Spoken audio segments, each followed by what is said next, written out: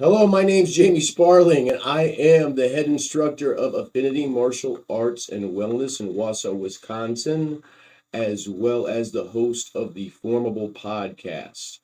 Today we have Guru Diana Rathborne in from MKG and Rathborne Training. Uh, Guru Di, as we refer to her lovingly, is something special. She really helps a great deal of people, and here in Wausau, we brought her in to do ladies self-defense, women's self-defense. It has went just exceptional, and today we brought her in just to talk about how she helps to empower other women, her martial arts journey, women's self-defense, and pretty much anything else she wants to talk about. Hi, Di. How are you today? Good. How are you, Jamie? I am doing okay, up and running, feeling good, and really enjoying looking at all your pictures back there. Thank you for Thank giving me, you. yeah, for giving me a little bit of history behind all of that. That's absolutely exceptional. Well, my training area downstairs has more of my pictures with Rick, Faye, and my Thai boxing instructor certificates and stuff like that. So I kind of have two areas where certificates because I've got 30 years of stuff to put up. Yeah, I didn't think it was all of it. As a matter of fact, I just was looking back there. I was like, "Ooh, that's kind of cool." Uh, Guru Dai, when did you start the martial arts? In 1991, I Mhm. walked into Rick Faye's school. I had been working at a department store as loss prevention. And we were supposed to arrest people, which I thought would not be that big of a deal. My athletics background, because I played hockey all through high school and college. Mhm. And then I thought it's going to be teenage girls, pick them up, carry them out. And I had no interpersonal conflict skills. I mean, I'd done a lot of athletics. I played hockey. You have that kind of stuff, but not the Mhm. same. And I had some friends that were training at Rick's school. So I would come in and talk about all this crazy stuff that would happen at work and that I had no skills. And they're like, you got to go to this place and check it out. I'm like, not going.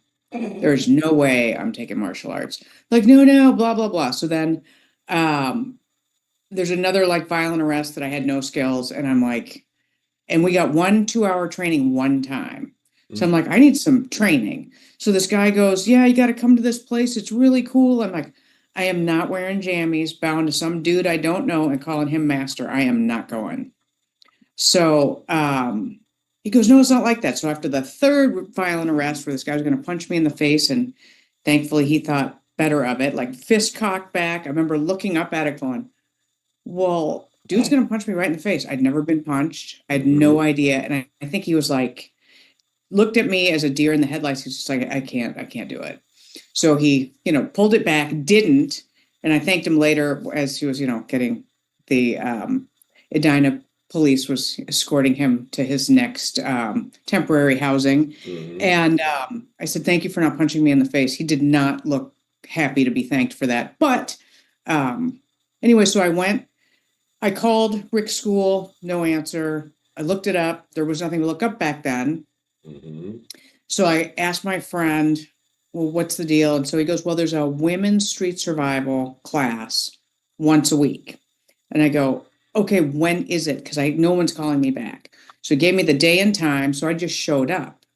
And Vanessa Larson, she was Vanessa Hurst back then, was running a class, Women's Street Survival, had a really cool wolf logo on it. And there were about 5 or 6 women in there. And I kind of didn't, at that time, I was like, yeah, don't get it. I need to like be able to function at work. And there was a small woman named Sherry Amata, who was a pianist. And she was 40, which I thought was ancient at the time, and about 5 feet tall. And she goes, oh, you should come to the regular classes. You'll love it. And Vanessa was amazing and super intense and skilled. And I'm like, wow. She's like, yeah, you should go. So I find out when it is. So I'm going to meet my friend Sherry there. And I was really nervous because I didn't know, What to because you expect? go into a women's class and you just see the women in there. There's some men. The place was not it was a little rough, which I liked. Rick was demoing C-Lot on Michael O'Melia, and I have never seen such violence before. I was like, I looked around, I'm like, is this legal? Everyone's watching. It's normal. Mhm. And Michael was hitting the floor and the wall at just rapid rates of speed, like face body, or just like, I was like, oh my God. And it was a hard wooden floor that had been painted gray. So there were like splinters coming up, and, the place was kind of gross, but it was awesome. And I'm like, I didn't understand what was happening. I was completely lost, which I found annoying, but I was fascinated by the movement. I was like, whatever that is, I want to do that. Yes. And then the second half of the class was Thai boxing. And at the time, I was smoking about a pack a day. Mhm. And it reminded me of doing wind sprints for hockey in college and high school and soccer and all that stuff. And the workout was amazing, but I was hacking up along. So I'm uh, breathing hard, hacking. Apparently, a profanity or two left my mouth. And one of the guys came back into Rick's school about 5 years later and said, I want to let you know that I was your partner for your first class. I was like, oh. And he's 6'5" and an attorney. And he goes, I have never seen or heard language combined in that manner before or since. Because I was like, yeah. So I was like, great, glad I made an impression. So after that first class, I walk out with Taylor, and I'm like, that was the coolest thing I've ever seen. He goes, I don't know, Di, that was really violent. I was like, what are you talking about? Just think about like fun aerobics. Mhm. I had no idea what it was that I saw, but I just fell in love with it right there and started. And I went to like every class I could go to, morning classes, because I was working a lot of like late afternoon evenings. Mhm. So that I could go to the 11 o'clock class. And Greg Nelson was in there, David Leach was in there, Tim Merrill, Kevin O'Brien. These guys were young, like early 20s, unbelievable athletes. Mhm. And remember one time I went on a Friday and Greg was teaching the Thai boxing class. It was a rounds class back then. And I was trying to hold for, one of these guys that was, and I did an okay job, but I held like a couple rounds, but I was lost and not doing. And Greg just came over and goes, hey, okay, so I'm gonna give you a break and I'll just take over for him, give him a bit of a workout. And I was like, oh, thank God. But he got to really push Tim. I didn't feel bad because I Mhm. couldn't hang, because I knew I couldn't give him the workout that he needed because the amount of force. And those were the days of the 10 pounds each arm Thai pads. Yeah. So the big PermaBelt 20 pounds Thai pads. And so I went every class I could. Drake Ritchie was there, and a phenomenal training partner to have over a lot of time. Really amazing people. Tim Hanks, I have friends to this day from those early days, Atticus, George Larson, Vanessa. Deanna Larson was there. And so there's some women. There was Sherry, Deanna, Vicky Graff, and Vanessa, and they were all sort of instructor track or advanced, heading in that direction kind of deal. And Vanessa was an instructor underguru at the time, and I think Vicky Graff was as well. Mm.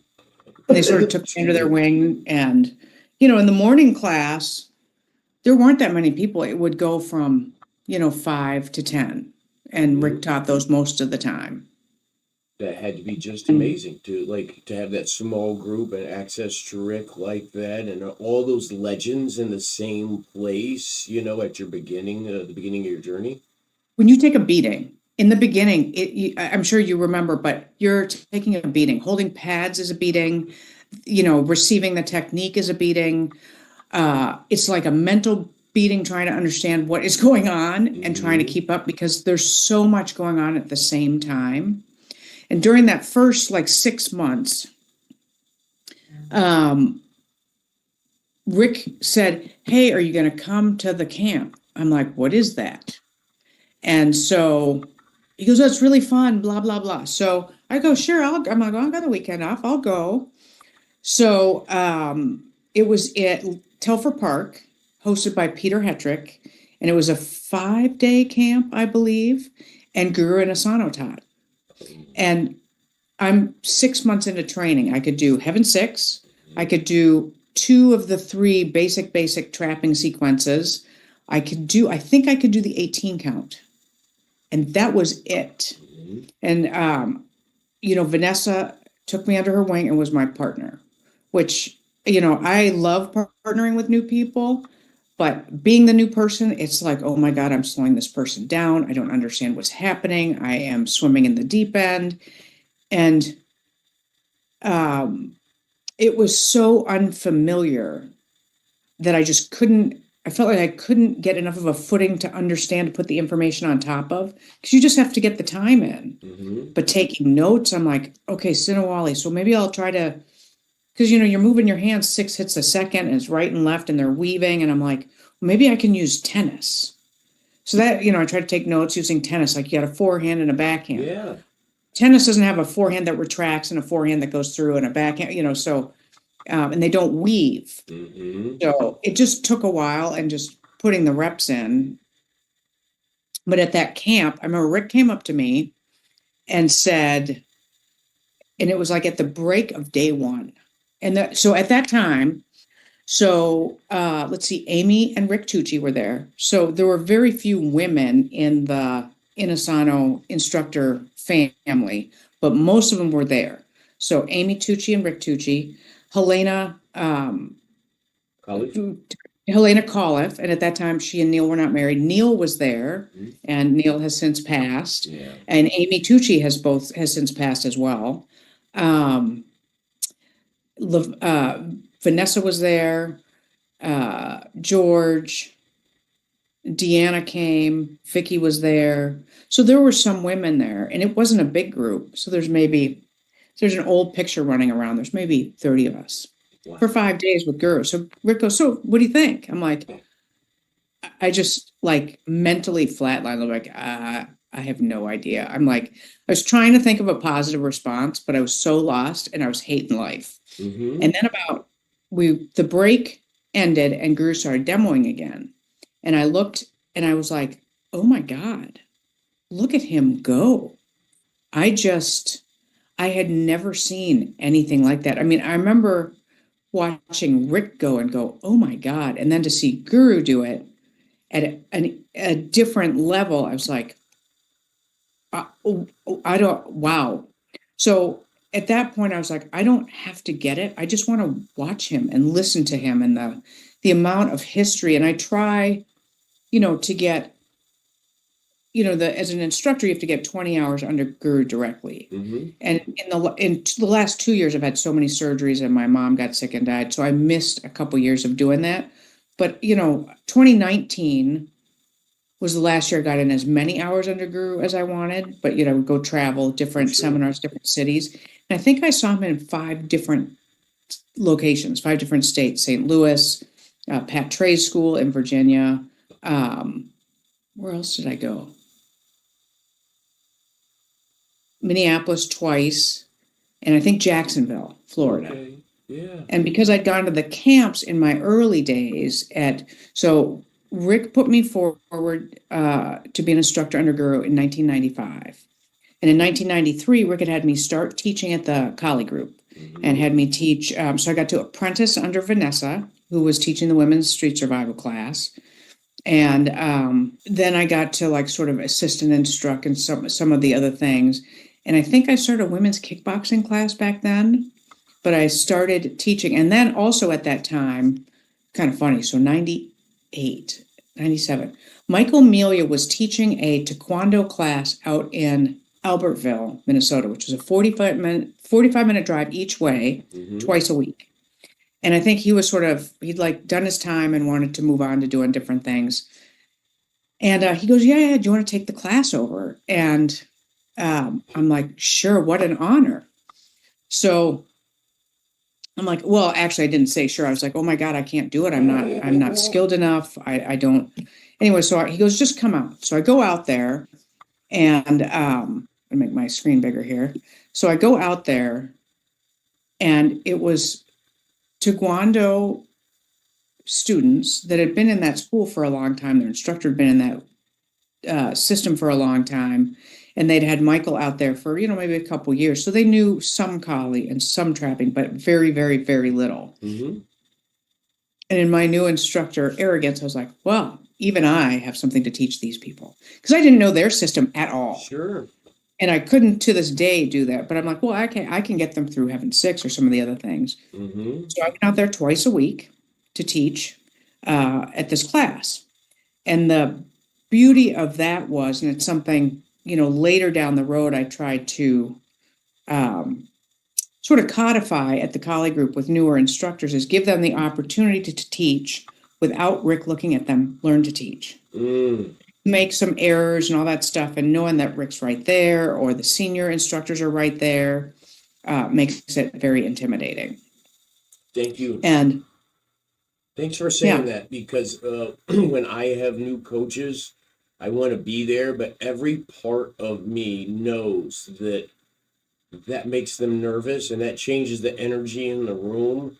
So I try to step away, but then it's really hard and I want to go back and watch, but giving people that space, thank you. I really needed to hear that. It's great. Well, and I think what's helpful there is to have not the head instructor there. So you could have Tina or somebody else learn, kind of watch and give you a little bit of feedback, or give them a little feedback and not tell you where they messed up. Mm-hmm. So they get, so I've had a lot of people recently sort of reach out and say, you were my first, kind of coach or instructor or whatever, because Rick would say, yeah, go teach. And no one taught them how to teach. Mm-hmm. And I learned the hard way, and tried to make it easier for the people sort of downstream. But learning how to teach with your instructor watching is, even I'll be in the middle of like teaching something, and I'll be mid-sentence, Rick will walk in, and the words just stop. And so you have to know what they're doing, so you can still pop in and out, but they need a little bit of space without you. But maybe you get sort of some intel coming in from maybe your senior instructors that are in the class or helping or something like that. But yeah. To this day, if Guru Dan or Rick were to call me up, you just watch me. I'm like a deer in headlights, and I start getting nervous, and I just want to be in the back and watch, for the most part. I'm not saying that happens very often, but when it does, I feel everybody can see the look in my eye, When it's so interesting, I learned a lot about learning and teaching from when I started learning how to shoot, because I could not do it, and I was super irritated. I just learned a lot about how everybody learns a little bit differently, and how exactly you use your words is important. And I learned that as a student, I drove Rick crazy because I did not understand what he was saying a lot of the time. And to him, it was very clear what he was saying. And to everybody else, it was clear. But I'm like, I don't know. I feel like he just started speaking in another language. So it was kind of an interesting thing to go, oh, okay. Specificity of language is really important in how you articulate it. And sometimes I get excited after too much coffee, and that goes out the window, and my words are not connecting with the student in front of me. And I'm sure you have to go, all right, I'm going to say it this way. That did not resonate. I'm going to pick this other way to say it. Did not resonate. And other ways and other ways. And so. That's huge. That is absolutely huge. And, So back to the Taekwondo school. What was interesting about that was, I think I did that for 6 months or a year. And in the middle of that, I had random seizures, and they took my driver's license. So of course, with all the support that, a martial arts school generates, I had people telling me to get, a shopping cart and a helmet and stuff. But I had to have somebody drive me out to Albertville twice a week. And one of the students did. And to this day, I'm very grateful for that, because she enabled me to keep teaching and feel normal. And then if you've had any brain injury or seizures or whatever, you're just not thinking clearly for quite a while afterwards. They never found out why. But that whole time, it was just really interesting. And it was an interesting lesson in like, okay, I still want to do this. How am I going to make it happen? And then having a community around me that helped me do it. It's a beautiful thing. My first JKD teacher was named Steve Fristo. He was visually impaired.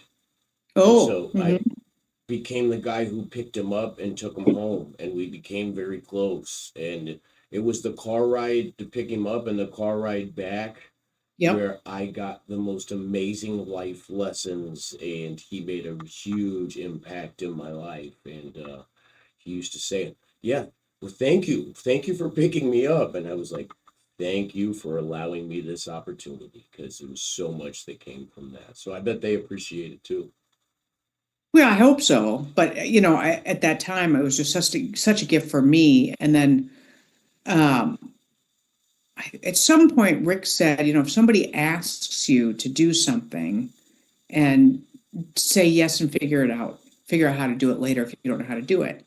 So I tried to take that on board. So anytime I could go and assist Rick and carry pads or whatever, I did. Mhm. And so I would schlep pads out to everywhere, but I got to do law enforcement training and go to Japan, to Takashi school and the UK, and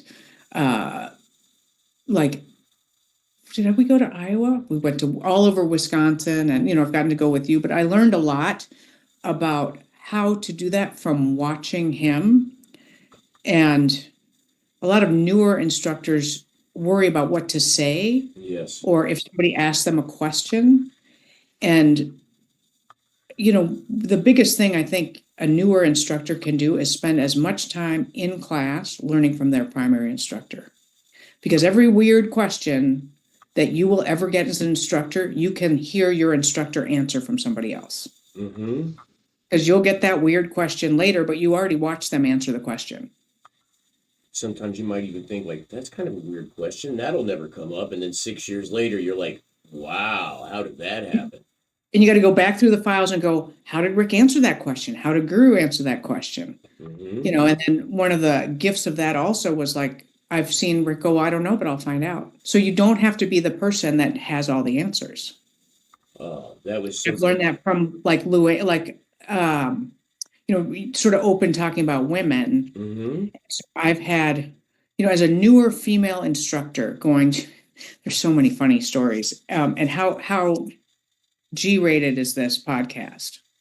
We're fine. Okay.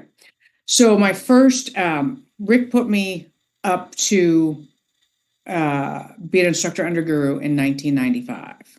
And my first there's so many interesting lessons. So when I turned 30, I was the first person doing the 10-round test in the MKG system. Wow. And my holders were Rick Fay, Vanessa Larson, David Leach, and Greg Nelson. And to say I was intimidated is an understatement. And I'd only seen like TBA tests, and I'd seen the test from 1991 where 4 of the test takers had permanent injuries from that. Dean Lisi. And, yeah.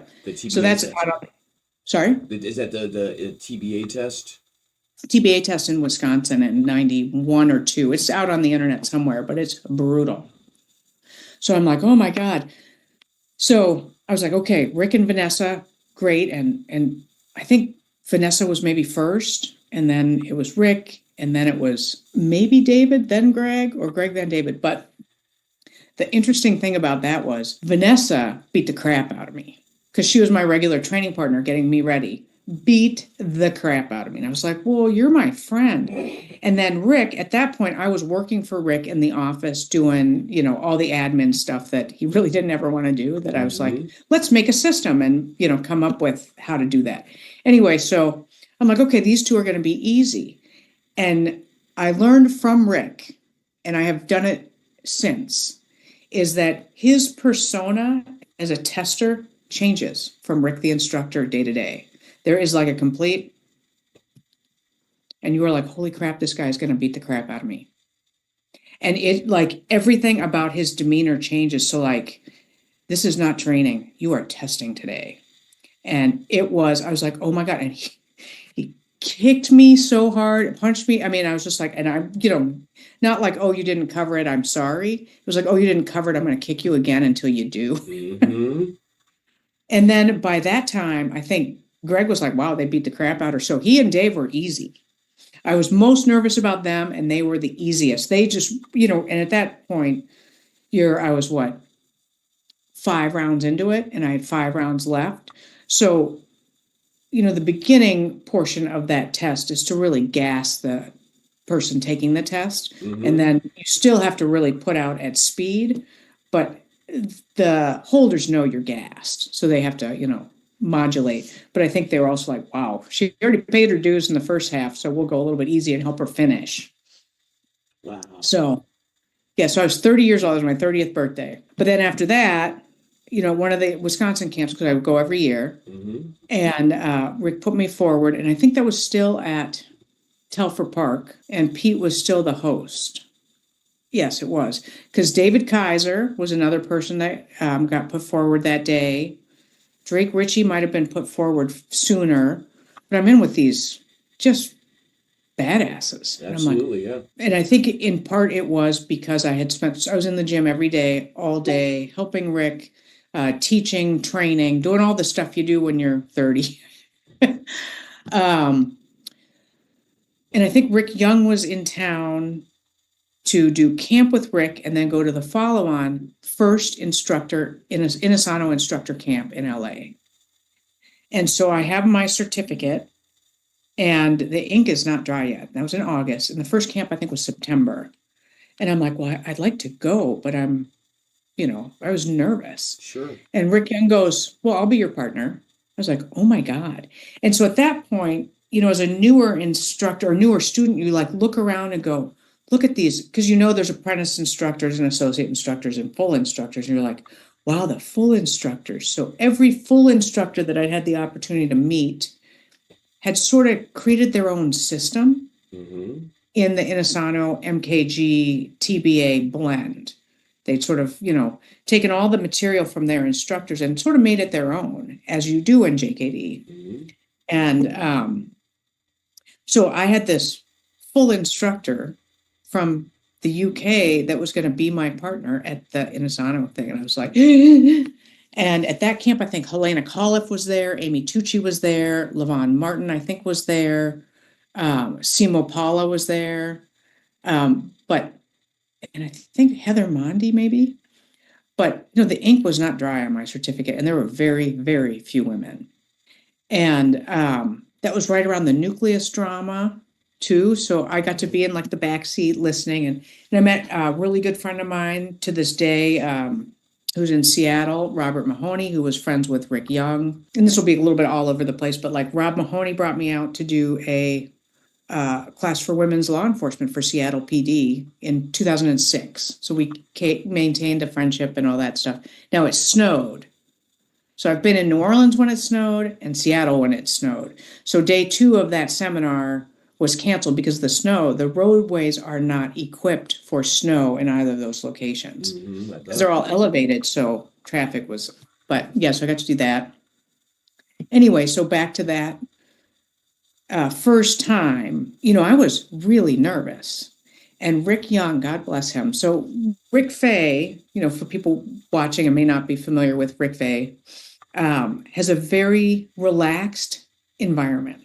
So, everybody has a different flavor to their school. Some are more formal, some are less formal. Well, Rick's I think he really took to heart the beginning portion of the JKD thing about belts, and he didn't want people to walk into his classroom and assess themselves according to the color of their own belt versus the color of everybody else's belt. Oh.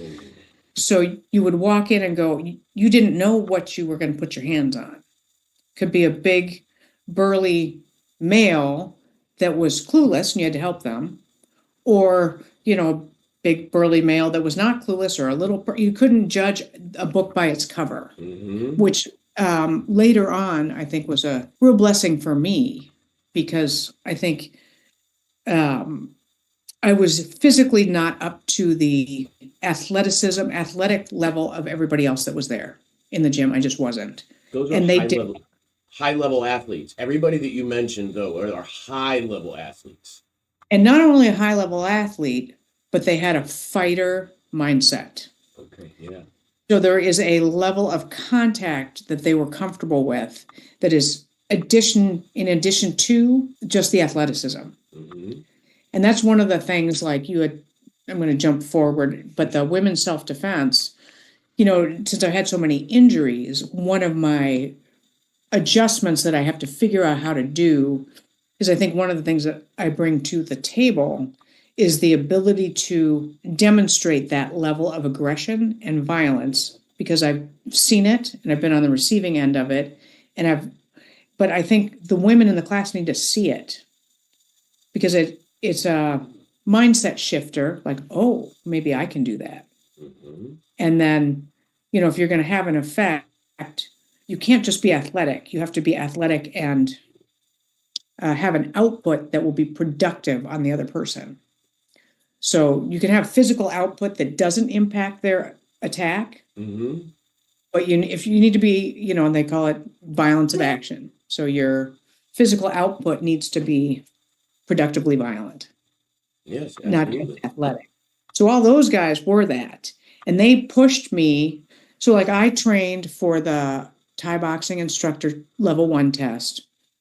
My training partners were Drake Ritchie, who's 6'4". And in the beginning, it was Atticus, who also, 6 something, until he got to a point where, because I could hold pads for him, until he got fast enough that I could not recover fast enough to hold the pads for the next kick. Because he'd kick me and I'd go back a couple feet, but then I could recover. But, he'd be kicking me, I was still airborne. So I'm like, yeah, I can't hold for you. And he goes, what did I do? I go, nothing. You just need a bigger person to hold for you, because I can't. Mm-hmm. And Drake, the workout I could give Drake was not to the level of his physicality, because he was so big and strong. But I could sort of, move him faster. But he let me train him for a lot. And then he would calibrate the level of physical challenge according to what I could do. Now, he made up for that with mental toughening that was hilarious. And so his goal was to see if he could make me so mad I would cry, which happened a couple times. And then he would laugh at me. So He's a wonderful guy.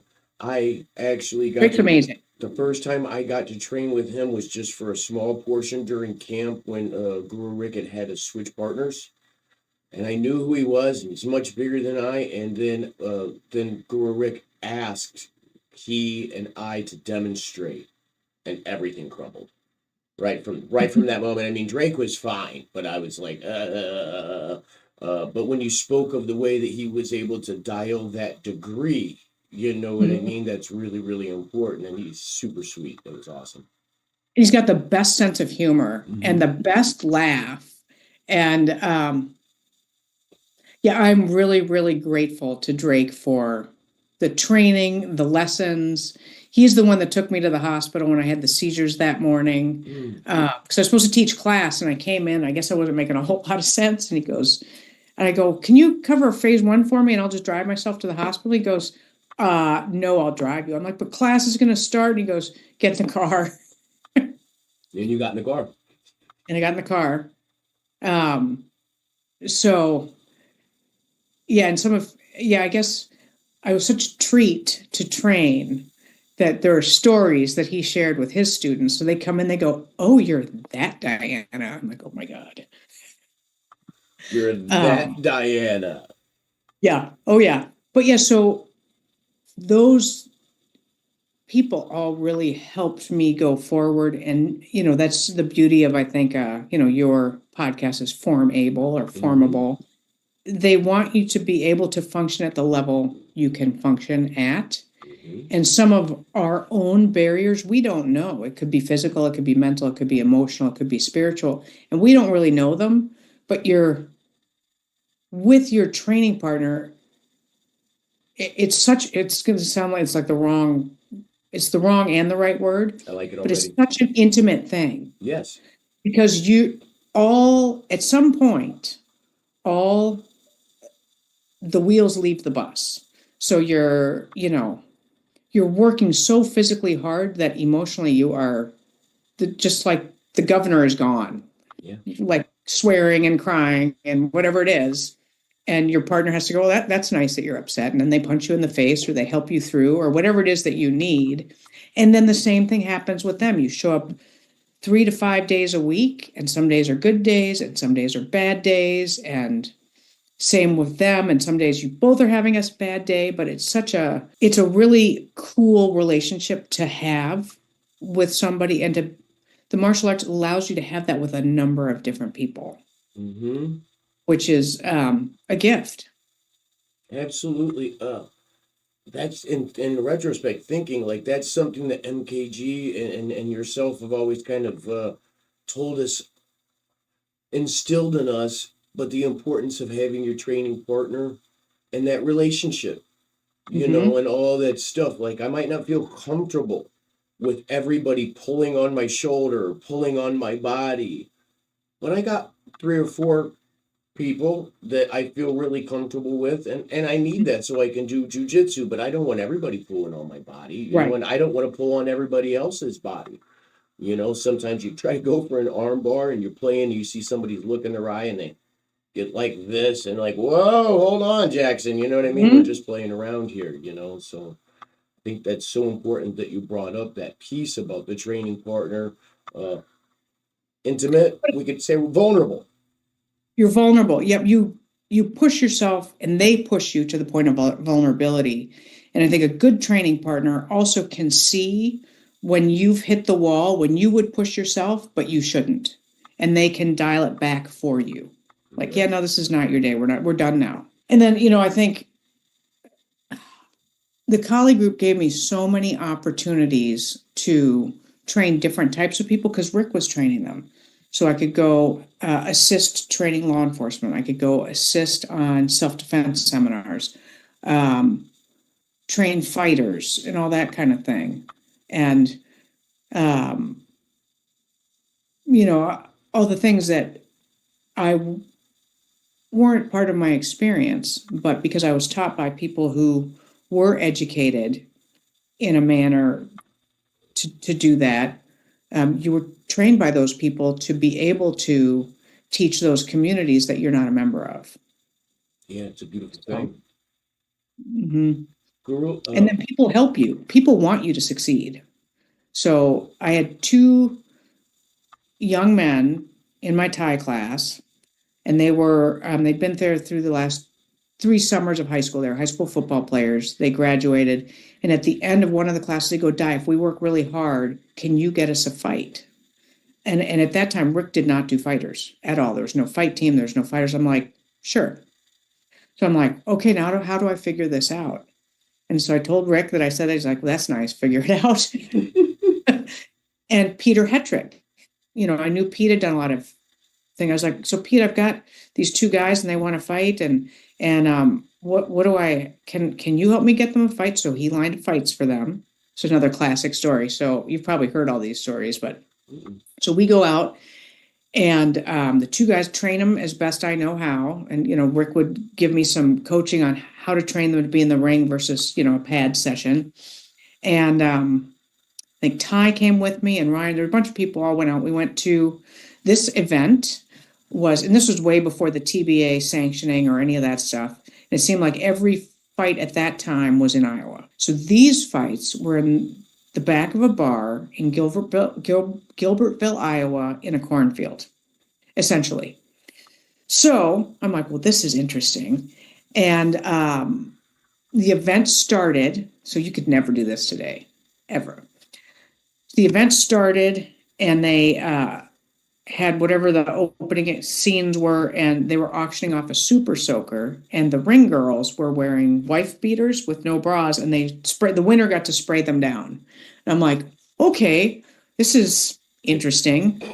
And then we trained in the basement of the bar, and but Pete helped me learn how to wrap their hands, corner, coach, and it was an experience. And then, you know, Ty and Ryan and a couple of us drove these guys all over Iowa for, you know, and then people from Greg's gym helped, like Ryan Murray. They'd be like, okay, these guys are clueless. And they've been training fighters for 20 years already. And, you know, I'm like, I want to do too, Mm-hmm. but they would help because, Rick and Greg are what, a suburb apart, but there's, they help each other and support each other, even though they're same path, but different flavor. And because Absolutely. they have, you know, I History. think history, many, many years of history. So, yeah, so that was kind of fun. Crew or die. Well, it seems like right now you really specialize in working. Well, you do a great many things. Anyone who's watched the podcast thus far has kind of followed, but you're really. It seems like you're specializing and working a lot with law enforcement and in that area. I try to do, one of the ways that I feel like I can give back through the Mm-hmm. art is to train law enforcement. Because through the information that from Guru and Rick, the saying that many have died to bring you this art, the combat arts that we have been given can be applied to military, law enforcement, civilian, self-defense, all the different basic athleticism or health. And, right now we're all getting older, so longevity, you can apply it in any little silo you want to do it in. Training law enforcement has been really a really neat thing. I started with Rick. I went with him on I'd go as the assistant, and he was doing it was a training for ADAM, which is the Association of Training Officers of Minnesota at the Collie Group. And this must have been mid 90s, maybe. And at that time I was working for him. So, my job was to take down roll, make sure everybody signed a waiver, Mm-hmm. do the meet and greet at the desk. So they all came in, and these guys were massive. There was one guy the size of the doorway. And Michael Frischman was there. And so I think he was really a good connector for Rick with a lot of these, because he was in ADAM. And Michael Frischman's gone out of his way to get me a lot of training and instructor certifications as well. He's a great And we'll go man. back to great man. He got me into some of the firearms instructor thing for law enforcement, the DT, all that kind of stuff was really amazing. Anyway, so these guys all walk in. And at that point, we were in a space where it was like you'd walk into one big open room, and the check-in desk was around the door. So you'd open the door, and behind the door is the check-in desk. So they walk around, and there I am going, "Hi, good morning, blah, blah, blah," and I'm drinking my coffee and taking their names. And I think they were like, "She's just here to greet us." And then Rick called me up to demo whatever it was he was demoing. And all I remember is he just went whack and started the whole thing off by beating the crap out of me. And they were like, "Oh my God, if he did that to her, what are they going to do to us? What is he going to do to us?" And so from then on, and one of the things I learned from that was you have to establish credibility right away. And once you do, you don't have to anymore. But, they're looking at me going, "Yeah, we don't know. This is not the flavor of instructor we were looking at." And then Rick had a reputation, already walking in, but still some of these guys were twice his size. Mm-hmm. So, but the information that they need could save their lives. And if they're all training officers, their job is to get as much good information that downstream can help their officers stay alive at work. Absolutely. So I've tried to take that on. And Rick did he did this twice with Mike Davis and Tim Hanks. And Rick put together it's called the Professional Development Division. And it was for training edge weapon defense for law enforcement. And I got to help out and attend and all that stuff and go through the class. And that was entertaining. There were some funny moments in there. But the way he ran those classes is nobody got a free pass. You were going to pass or not.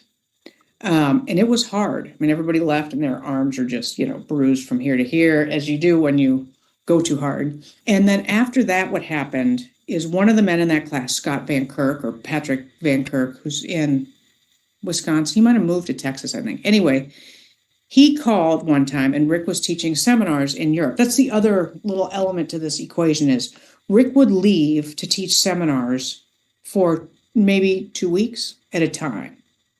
And when I started as a student, I would come and all of a sudden there'd be like a third of the people in class. Like, where'd everybody go? And everybody knew that Rick was teaching overseas or wherever, but he wasn't going to be back for a while. And one of my goals as a young instructor was that when Rick left, my goal was to have at least as many, if not more people in the school when he returned. And I was able to do that a few times. So that was cool. That's a great goal. Yeah. Really. But then you learn, you go, okay, so he did these seminars all around the world, basically. And he would have people come from everywhere, too.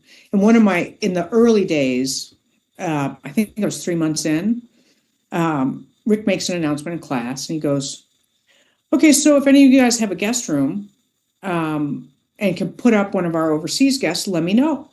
I went, well, I have a guest room. Mm-hmm. So I walked up and I go, well, I have a guest room. I could put up a foreign visitor. And he goes, great, this is John. He's going to be here staying with you. He can go home with you after class. I'm like right now? Like I was thinking in theory. I wasn't thinking I'm going to take one home with me. Mm-hmm. So, and he was from Canada, from Thunder Bay, super nice guy. But, at that point, I'm in my 20s and he's got to be in his 40s. So I'm like, oh my God, I got this old guy from Canada. And, anyway, so we're driving back to my house. I'm like, so how long are you staying? He goes, 3 months. I'm like, oh my God. So, but what a great experience. So I got to meet all these people and learn a lot about different cultures. Like I had, someone from Takashi's gym stay at my house. I got to meet, Rick Young, Eric Paulson stayed with me, Phil Norman and Andy Barker were hilarious. And Brendan Westwood, Gary Baker, all these people stayed in my house. So I got to learn about their school and their way of teaching and the different cultures and the different cultural sense of humor, which is really quite something also. And so I would say my first 25 years was really an immersion experience with the people and the culture and the lifestyle, as well as the curriculum. So anyway, so back to the story we were at before and I'm down with coffee, if you can believe it. So Scott called and said, hey, we want to run that. We'd like to have that knife class for law enforcement at a SWAT conference in Wisconsin. And I knew Rick was out of the country. I'm like, well, I can get you an instructor. He goes, okay, who? I go, well, actually, that would be me. And he goes, okay, because he'd been in the class. And I'm like, oh my God. I was like, sure, no problem. When is it? We book it. And that was MTOA, which is the Midwest Tactical Officers Association. And so I say yes. And I'm like, oh shit, now what?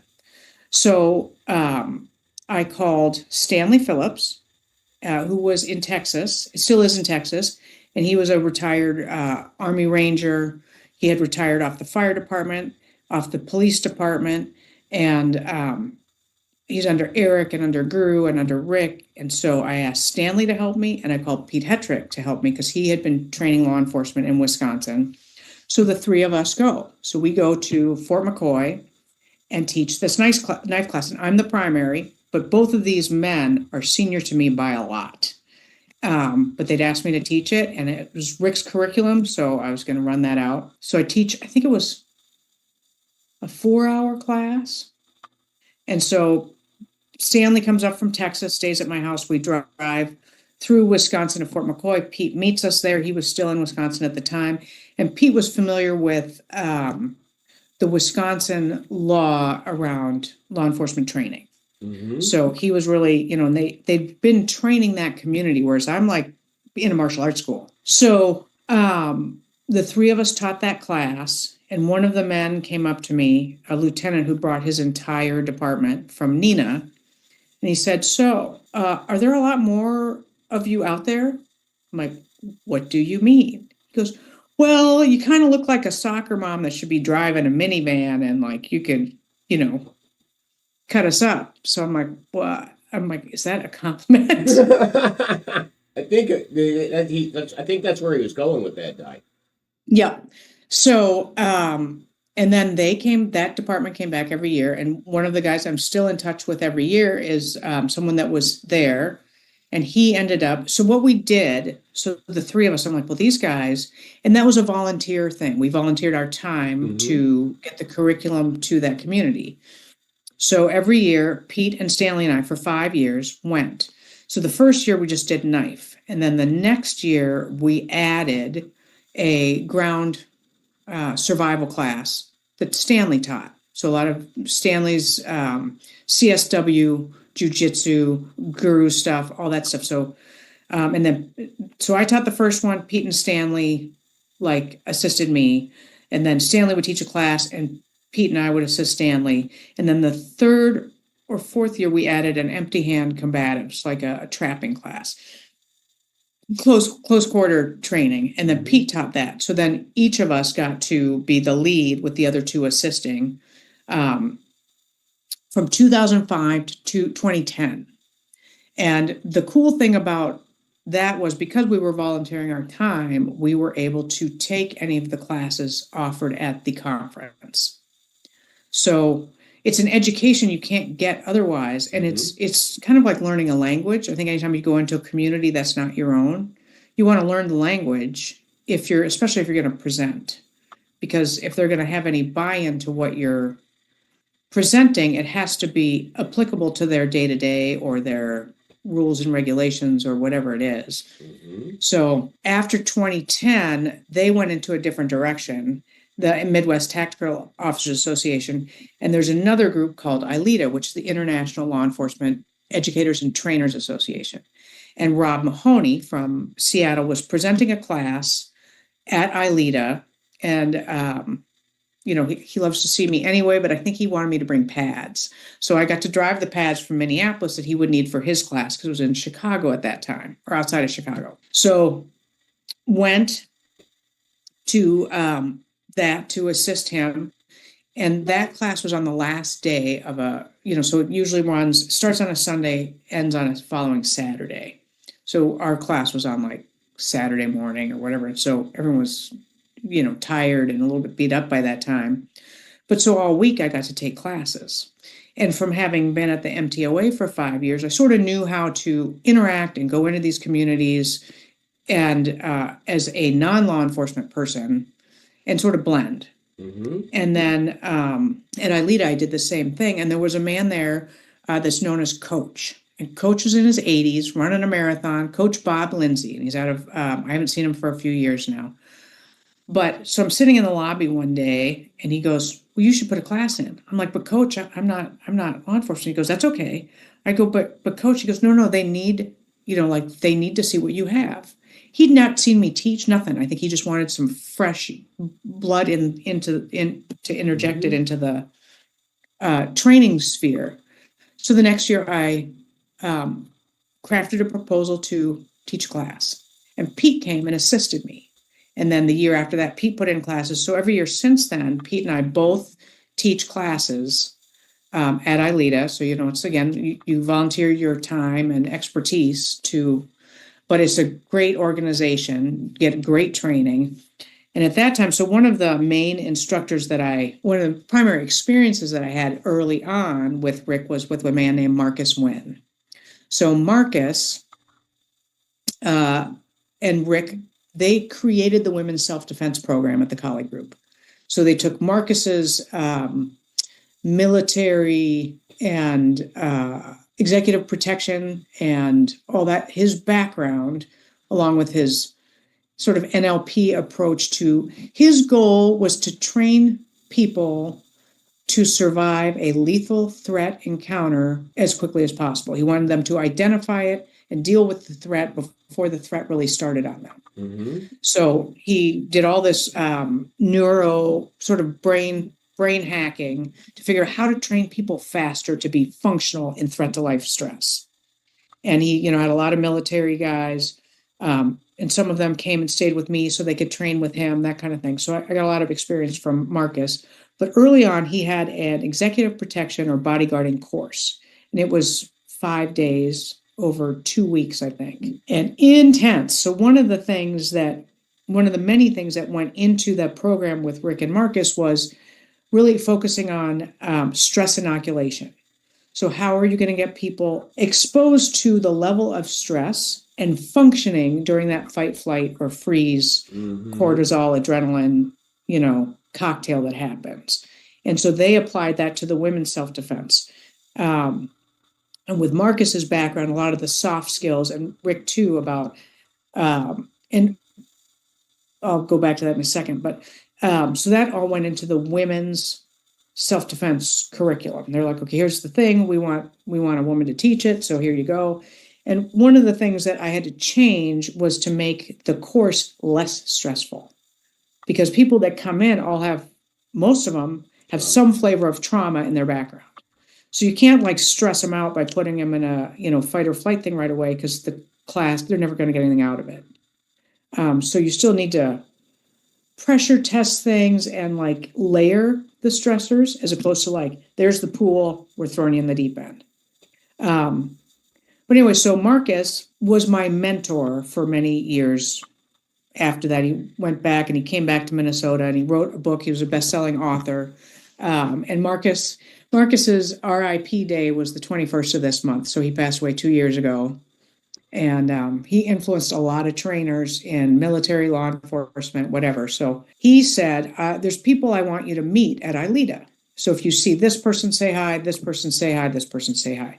So one of those people was Luann Hamlin. So Luann has a company called Luca Tactical with Luann and Kathy Vonk, and they train primarily female law enforcement at that time.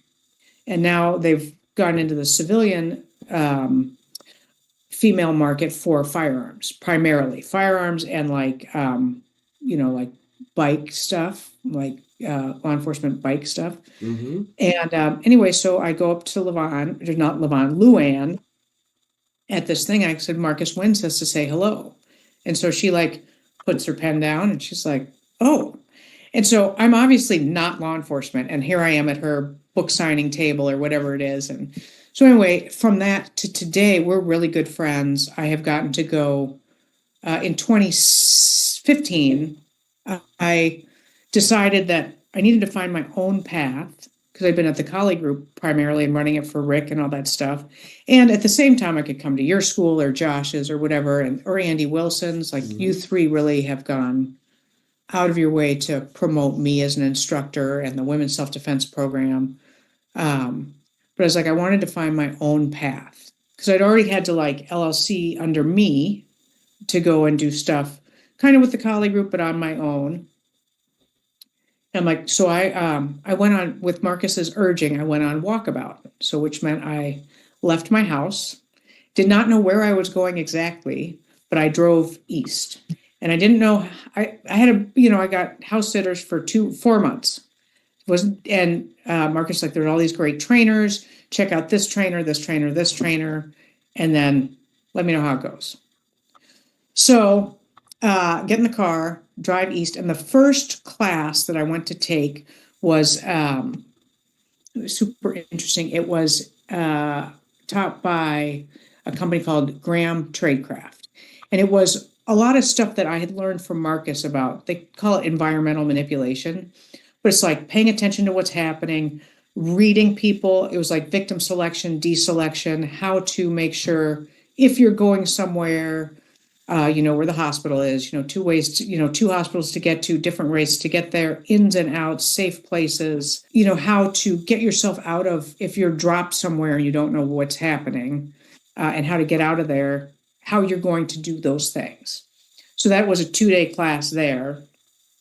So I did that class, and it was interesting. And we went to a mall, and one of the exercises was pick the people in this mall that you would victimize and come back what you would have stolen from them and why you picked them. And so what that does is, as when you are in the predator mode, it trains you how to be less of a victim, because you know what they're looking for, because you went and did that yourself. So the next class I did was a guy named 2 men, and it was called Unthinkable was the name of the class, with I think a little bit of tactical medicine or whatever. But it was Greg Ellifritz, who has a phenomenal blog of all kinds of self-defense resources for every flavor of human. He's got a great book out there called Choose Adventure, Safe Travels in Dangerous Places. Easy read, super fun. He's gone to all these places. But Greg Ellifritz and a man named Dr. William April, who has also since passed away. Dr. April was a psychiatrist in the New Orleans prison system. So he saw all kinds of like criminal crazy. And so the class was about sociopaths, narcissists, different kinds of predators, and how to be selected or deselected as a victim. But first, you have to know how they operate. And taking the class from those two men was amazing. So that I'm in Virginia. So then my next stop was going to be, I think I went from there to Pat Trey's school, did some martial arts because got to get back to my happy place. There's a place called Trident Academy in Woodbridge, Virginia. Phenomenal people. He has an amazing sort of backstory as well under Guru and Eric. And so went from there. And then just sort of drove down the coast. I have a cousin in South Carolina, did that. And then I was going to take a pistol class with LaVon Martin, who has Martin Academy, and she's under Guru. She's one of the senior female instructors under Guru, and Sifu Francis and Eric Paulson. And she was having a class with some of her students taught by a guy named Randy Kane. It was a beginning pistol class. So I'm like, okay, great. So meanwhile, I'm driving around the East Coast. I've got firearms and ammo and all this stuff in my car. Go to LaVon's, and I get to spend time with her, go with her students, and do this two-day class with Randy Kane. And I kind of was not very good. It was, but I had already taken, Michael Frischman had gotten me through 2 classes of some of the law enforcement firearms instructor courses. So I got to take the class, do the testing and all that kind of stuff. So I thought, well, I'll be a kind of okay. And I was okay, but not great. Mm-hmm. And I think anybody that's in martial arts for a long period of time, you see what's possible. You want that. You don't want to do okay. So do that class. And then from there, my dad was in New Orleans, and he's also since passed away. So I drive to New Orleans, see my dad, and I talk to Luann. And she calls me. She goes, because she was going to be in Wisconsin. So she's like, hey, you're going to be in Wisconsin? I go, no, I'm in New Orleans. You got any classes? She goes, well, got something at Palm Beach County Sheriff's Office in next month. So I go, well, can I take it? She goes, yeah, I'll get you in. It was for sworn law enforcement. So not sure what magic she pulled, but so then I go back to Florida for Luann's class. And it was a 4-day, it was two-day classes. One was it was like survival marksmanship for the female law enforcement officer. And there was a combat pistol for the female officer too. So I go there, and I am an unknown quantity, which, I am a civilian, and B, she's never seen me with a pistol. She's seen me teach classes at ILETA, but one of the women there had taken my class with Luann, and she was a SWAT operator on the Delray Beach SWAT team. Her name's Christine Braswell. Badass. And what a fun, nice person. But anyway, so, I walk in and I'm nervous, right? And I'm in my 5'11" pants with all my gear. And Luann goes, Christine, you and Diana are going to be together for the next 4 days. She's like, what'd I do? I'm like, I don't know, but I am sorry. You got me for 4 days. So Christine and this other woman, Kim Stroud, were the top 2 women in that class at that, from what I recall. The other women there were some amazing women in there. But so because I could not shoot, I could shoot, but not like that. And Kim and Christine were competing with each other, and I'm tagged on to Christine. So by the end of the class, I got pretty good, pretty decent. So do that class, and I get to socialize with all of the ladies and meet them all. And there's a little bit of this thing is not like the others, but they don't really care. And, I just worked as hard as I could and tried to do the drills I could.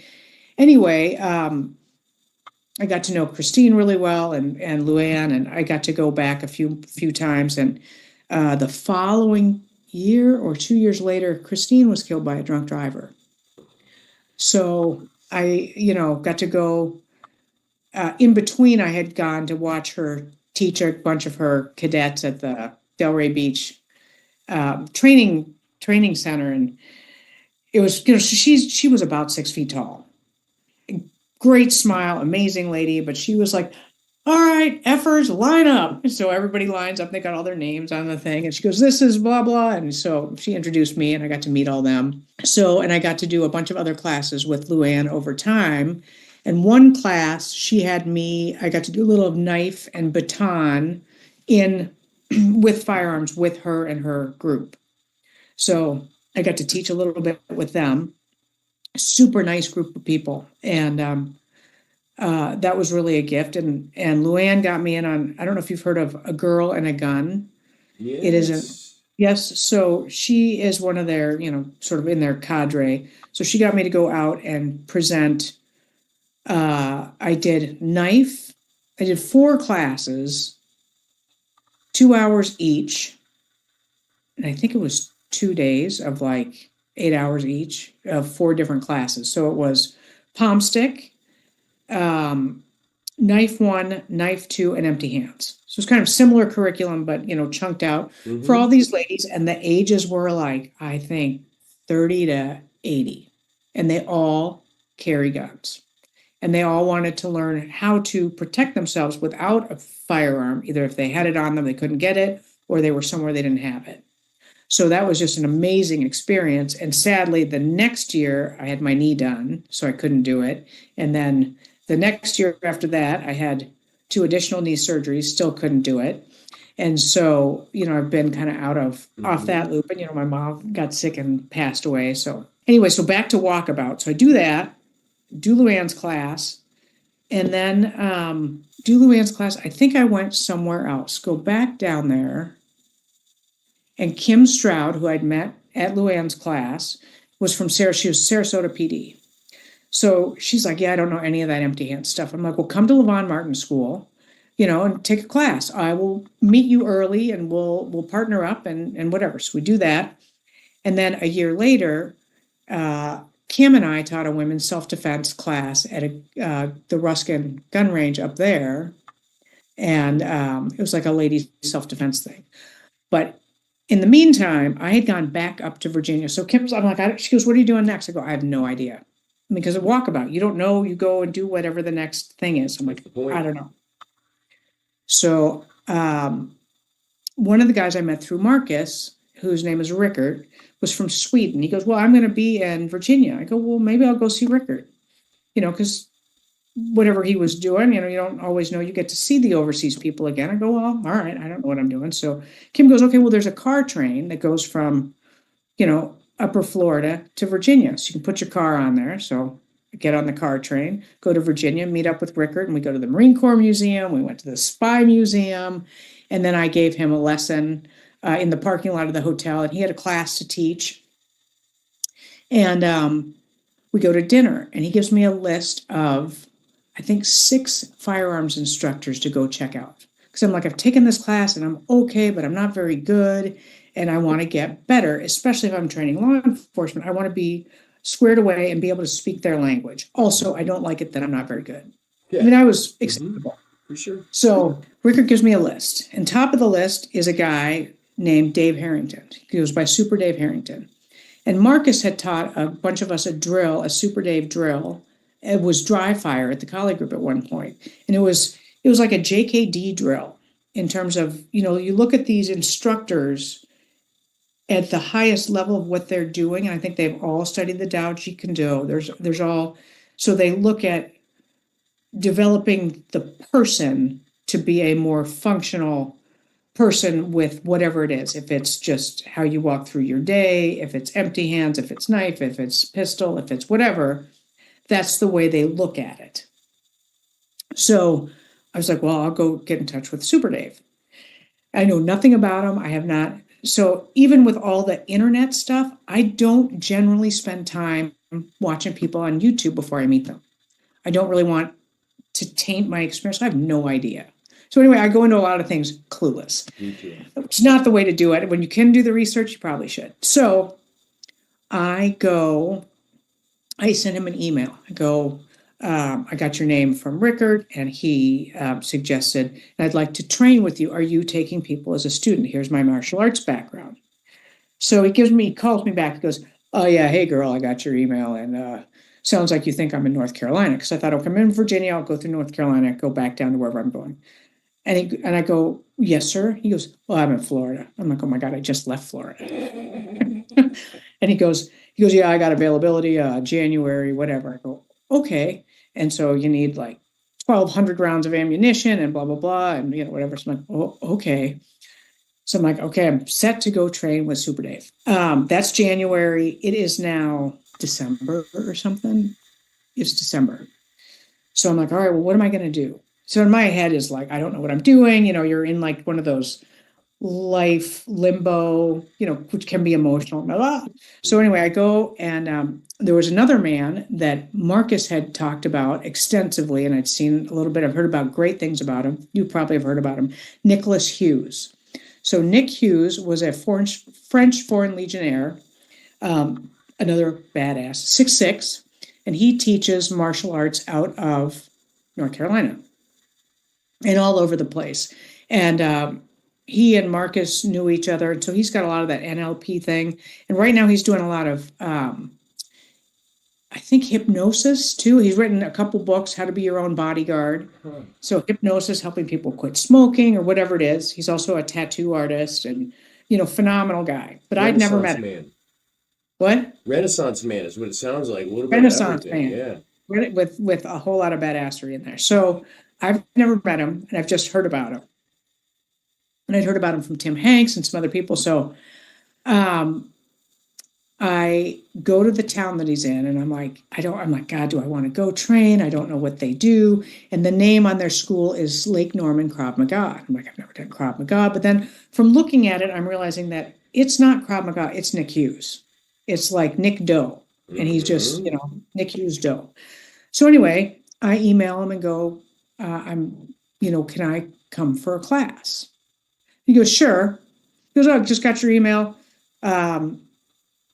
Yeah, so he always calls you mate. He goes, hey, mate, because he's from Australia. He goes, hey, mate, got your email? Yeah, just turn up for class at 6:30. Here's the address. I go, oh, okay. So again, I don't know what I'm walking into. So I show up about 6 o'clock. I'm in the parking lot of his gym, and I'm looking at the gym, and I'm like, what am I doing? I got to go to this class. I don't know what they're doing, and are they going to beat me up? And, all those things, because it's pretty violent, street-oriented, 100% street. Marcus did not do anything that was not street-oriented. So, in a violent street at that, not like regular streets. So I'm in the car, and I'm looking at my phone, and there's a knock on the car window, and I look up, and there's a woman there. She goes, are you Diana? And I go, yeah. She goes, oh, I'm so excited to meet you. Come on. I'm like, okay. So I get out of the car, and I get my weapons bag and my stuff, and I start walking towards the thing. And another woman comes, she goes, are you Diana? I'm so excited to meet you. Nick's talked a lot about you. I'm like, what? How interesting. So I walk in, and the place is packed. And Nick's there, and again, he's huge. And he goes, yeah, so I thought, do you want to teach class tonight? I'm like, well, I can't say no. I'm thinking of Rick's. Say yes, figure it out later. I go, oh, okay, great. I'd be honored. And I'm thinking, holy crap. And, you're looking at, because I know enough about how he teaches, it's got to be functional. So if I do any McDojo life stuff, it's going to be, they'll thank me, they'll be really polite, and I will never see any of them again. Absolutely, yes. So I'm like, I come up with a sort of a very Rick Panatukan flavored class on the spot. And I figure, okay, they got to leave sweaty and tired, and, it's got to be functional, but not too complicated. So we do that. And it's such an interesting trip. So do that, finish the class. Everyone's like on the ground. Their shirts are soaked through. He seems happy. And he takes me out to dinner with him and one of the female students that's been there. So we talk and blah, blah, blah. And he goes, yeah, hey, mate, have you trained with Grandmaster Bobby Tawada? I'm like, and I'm thinking, who? And I go, no. He goes, oh, yeah, he's, Balintawak, blah, blah. And at that time, Guru had done Balintawak for a while, but then he sort of stepped away from it a little bit in the seminars. And I'm like, well, I don't know what it is, but I have this opportunity. He goes, yeah, he's a grandmaster. He's right in town here. And I'm like, I'd be honored. And I'm thinking, holy shit, what am I doing? And so at the end of dinner, he goes, Yeah, mate. So turn up at his house at 7. Here's the address. Where are you staying tonight? I'm like, well, I don't know. I thought I'd get a hotel. He goes, yeah, get a hotel over there and show up at 7. I go, okay. So I go, all right, I guess I'm doing this. So 7 o'clock in the morning, I knock on Grandmaster's door, and he opens the door, and he has a sunroom in the front of his house that if you look him up on internet, you'll see his logo on the back wall and all that stuff. And it was just him. And so I'm like, oh my God, I'm in a Filipino Grandmaster's house. Like, and I'm like, ah. So we walk in, and and I know I'm getting assessed, because one of the things I learned from Marcus is it's always an interview. So he goes, so you want to learn Filipino martial arts? I go, yes, sir. He goes, okay, grab a stick. I go, yes, sir. So I grab a stick. He goes, start swinging the stick. So I start swinging the stick, and he goes, okay, now swing like you're fighting somebody or attacking somebody. I go, okay. So I do it. He goes, all right, now move like you're attacking 2 people. So now it's 7:10, and I am sweating, and I'm so nervous, and I work so hard that I am like drenched already. And he goes, okay. And I don't know what he said. It was like 3 minutes of something that probably was positive. Mhm. And all I heard was, but you have no power. And so then we worked on like connecting basically from the ground up through your calves, legs, whatever. So every strike had power on it. And I'm a really, really slow learner. So I am a high repetition learner. So I am not getting it really quickly, but I'm trying. And at the end of this, then he did some like free flow trapping with me. And I can free flow stuff pretty well, thanks to Rick and Guru and whatever. And I don't know what I was doing, because I certainly wasn't doing whatever pattern I was supposed to know, because I didn't know the pattern. But I did okay enough that he kind of giggled, and he said, do you like coffee? I went, yes, sir. He goes, come in the house.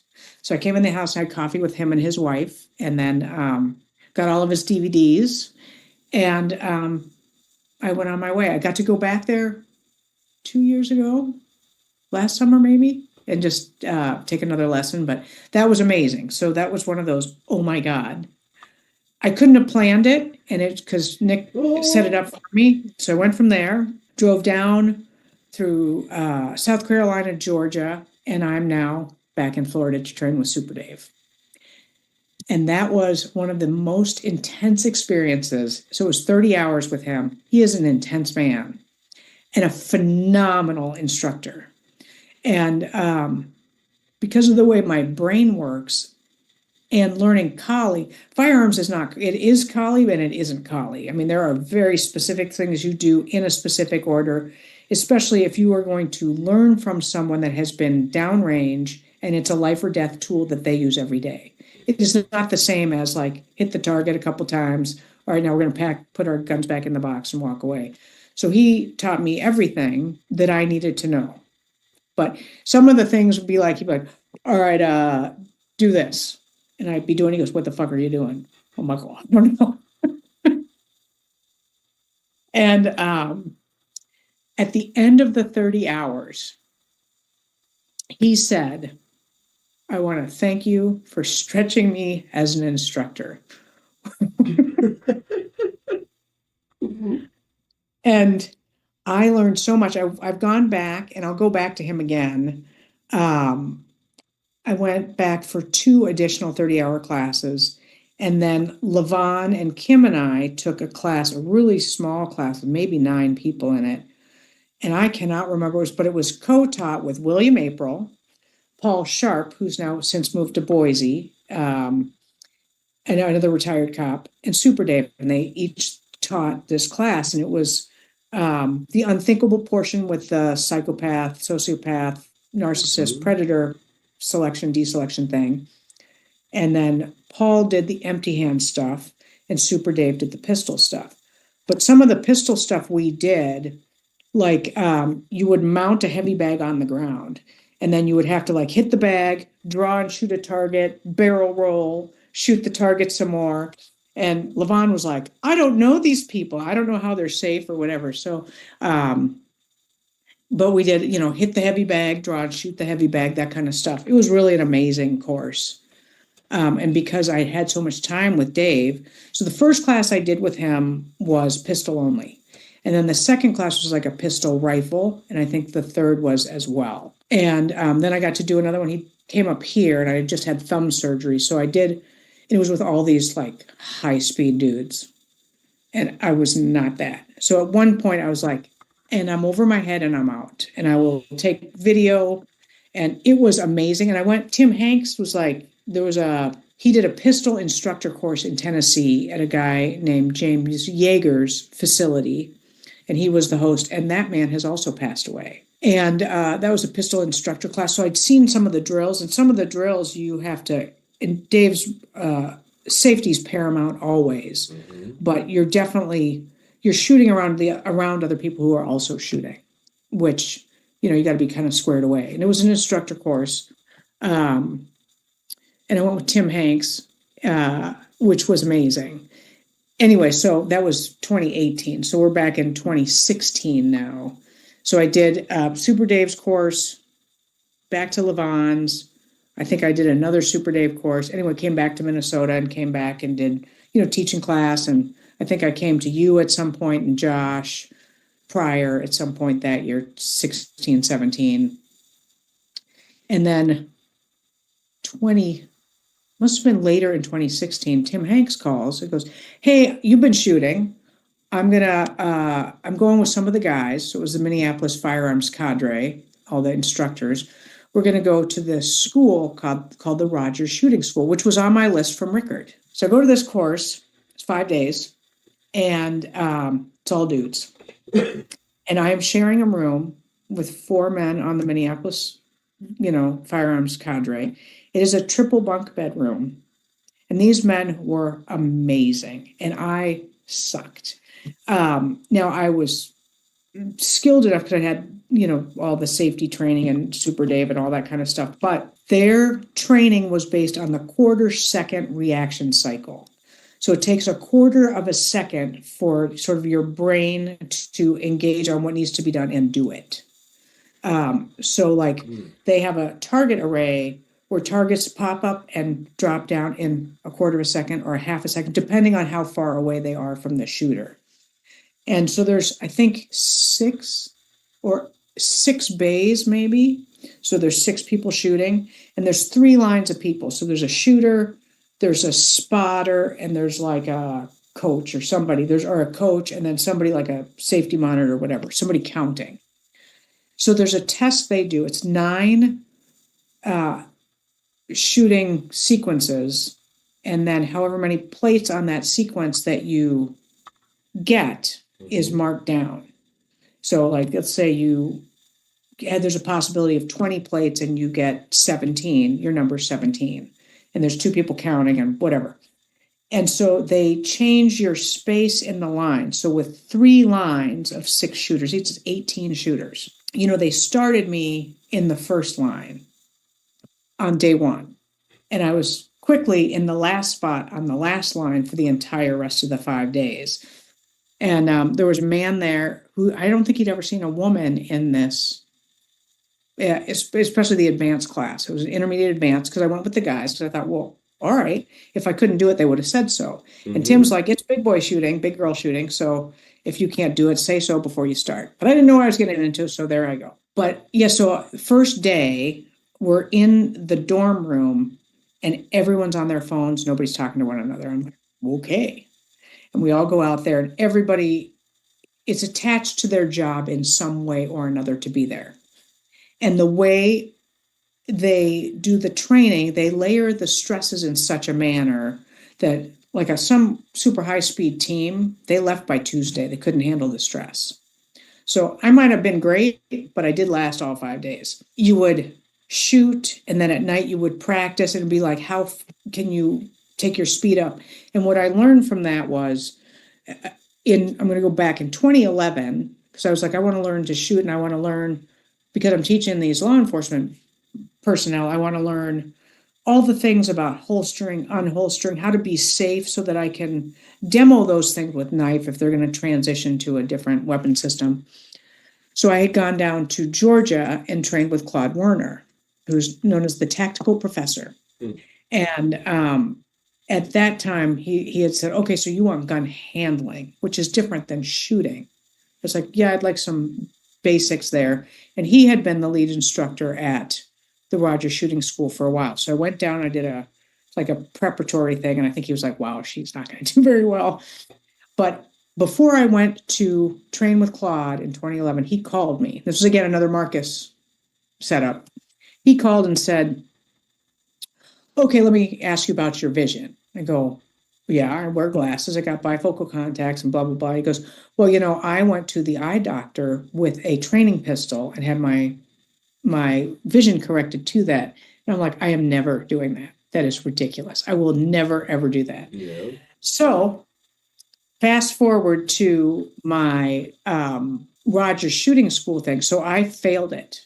And when you fail that class, because you have to get there's a passing score of something. Like when they do these tests every day, you got to get, I can't remember what it is, but I did not meet that. And so I went back and I passed it. But I went back and did the beginner class. So I was like, I failed this, I suck. I'm going to take this thing again. So I went through another 5 days, passed it, but barely. And then when I was leaving, Bill Rogers walked me out. He goes, you're doing everything right. Do you have trouble with your vision? I go, well, yeah, I have bifocal contacts. And I tried glasses. I tried what he goes, well, didn't you read the sheet where it says if you have vision problems, don't come, or whatever it said. And I'm like, well, yeah, but. So after that little lesson, because you can't make those calibrations if you can't see quickly enough to have your brain register what you need to see. Well, now I know. So I go to Lens Crafters with my CERT pistol, the training laser pistol, and I'm holding it out there, and she's like, is this better or this better? Putting it in front of my eye, So I had a contact lens corrected to the distance of my front sight. And now with red dot, it probably has changed things, but back then there wasn't one. After that, I have another session with Super Dave. And so I put the contact in, and around noon, I'm like, oh my God. So, and I don't know how much you know about firearms, but Not much at all. So you have your rear, what? Not much at all. I'm being heavily educated right now and enjoying every little piece. Okay, so you have your rear sight and your front sight, right? Mm-hmm. And you have to line them up so that this isn't too high or too low, or too far this way or too far this way. Mm-hmm. But what you want, hold on. She's going to get a tool now. Okay, so Always this gets is better a when training. a instructor gets a tool. Yep. So this is a training tool. So I'm going to put it this way at the camera somehow. So you can see like the sights are square, right? And square. So usually there is a dot in the middle of the back sights and the front sight. And I was trying to line the dots up. But what you are supposed to do, so like let's say I have my knife out. Mm-hmm. Okay, so you're supposed to line them all up on the corners of the edge, not the dots. So the front and rear sights are all supposed to line up in a line with equal light between them. But I'd never seen the corner of the sights before. Never seen them. I'd only seen fuzzy dots. So I had fuzzy dots. And I think the dots are there. This is probably wrong. So if any firearms people are watching, they might have whatever. But I think the dots are there so that your eye picks up the sights quickly, and then you can refine your focus around the square edges, right? Makes sense. Right. No idea. So anyway, right around 11:30 or noon, I go, oh my God, I can see the corners of these sights. And I'm like, oh my God, I can shoot. And Super Dave goes into the whatever, he comes out and he's like, yeah, I told the guys in there that, at the beginning of this, you couldn't even spell barn, let alone hit the broad side of it. Now she's shooting. Just a little dialing in there, just, that makes sense. Yep. And one of the other really interesting lessons that I learned, both about teaching as a martial arts instructor and my experience trying to learn as a martial artist, was I went to a class taught by Vicki Farnham at ILETA, and it was teaching women to shoot. And I don't know if you've heard, have I told you this story? No, it's funny though. Actually, a week from tomorrow, I have the local Girls with Guns doing knife Oh, play. great. I believe that bringing you in for ladies self-defense opened us up. We're now 40% women at That's Affinity great. Martial Arts. My wife helps to teach, and yeah, I get to do some knife play on the 31st of January with Girls with Guns. So Is it girls with guns or a girl and a gun? They're different groups. there's girls and there's guns, Di. I don't know. I'm not sure. I thought there was So, just one. So okay, so what's cool is if it's a girl and a gun, I think it's like AG, whatever. I think So that's it. Google it. They have like, I went to that conference and they sell it out in under a day. Mm, There were 700 women there. And so the number of members, they like Robin Sandoval runs that organization, and every month they put out how many, new contacts and impressions. They have like 30,000 new people a year. wow, that's good for Something them. ridiculous. Yeah. It's amazing. Anyway, super eager, fun people. They will love whatever you have to teach them. And just they're there, they have a blast. And they'll ask you all kinds of questions. Um, and you'll have really physically squared away, physically not. So it's perfect. Yeah. Anyway, so back to Vicky Farnham's class. So in I go, and it's the percentage of women in law enforcement is pretty low. It's about 12%. And I think they're trying to up it. Hmm. And so, Luann does most of her business. It was all of her business was not all, but she has a male instructor too, female firearms instructors or female law enforcement. And a lot of them go to the class. They don't really want to be there. They were voluntold. They had to go. They're like, I don't want to take the class from a chick, blah, blah, blah. But she's a phenomenal instructor. And then within about 15 minutes, everybody's laughing. You've broken the ice and it's amazing. But so Vicky Farnham is one of the first women teaching law enforcement. And she's maybe in her 70s now. And her husband, John Farnham, is a legend. And the two of them travel around the country teaching. And Marcus also said I had to, meet Vicky Farnham because she's a legend. Hmm. And Vicky and I ended up teaching at a law enforcement conference in Arkansas one year. So she did the firearms, I did the empty hands. That was interesting too. Anyway, back to this particular story.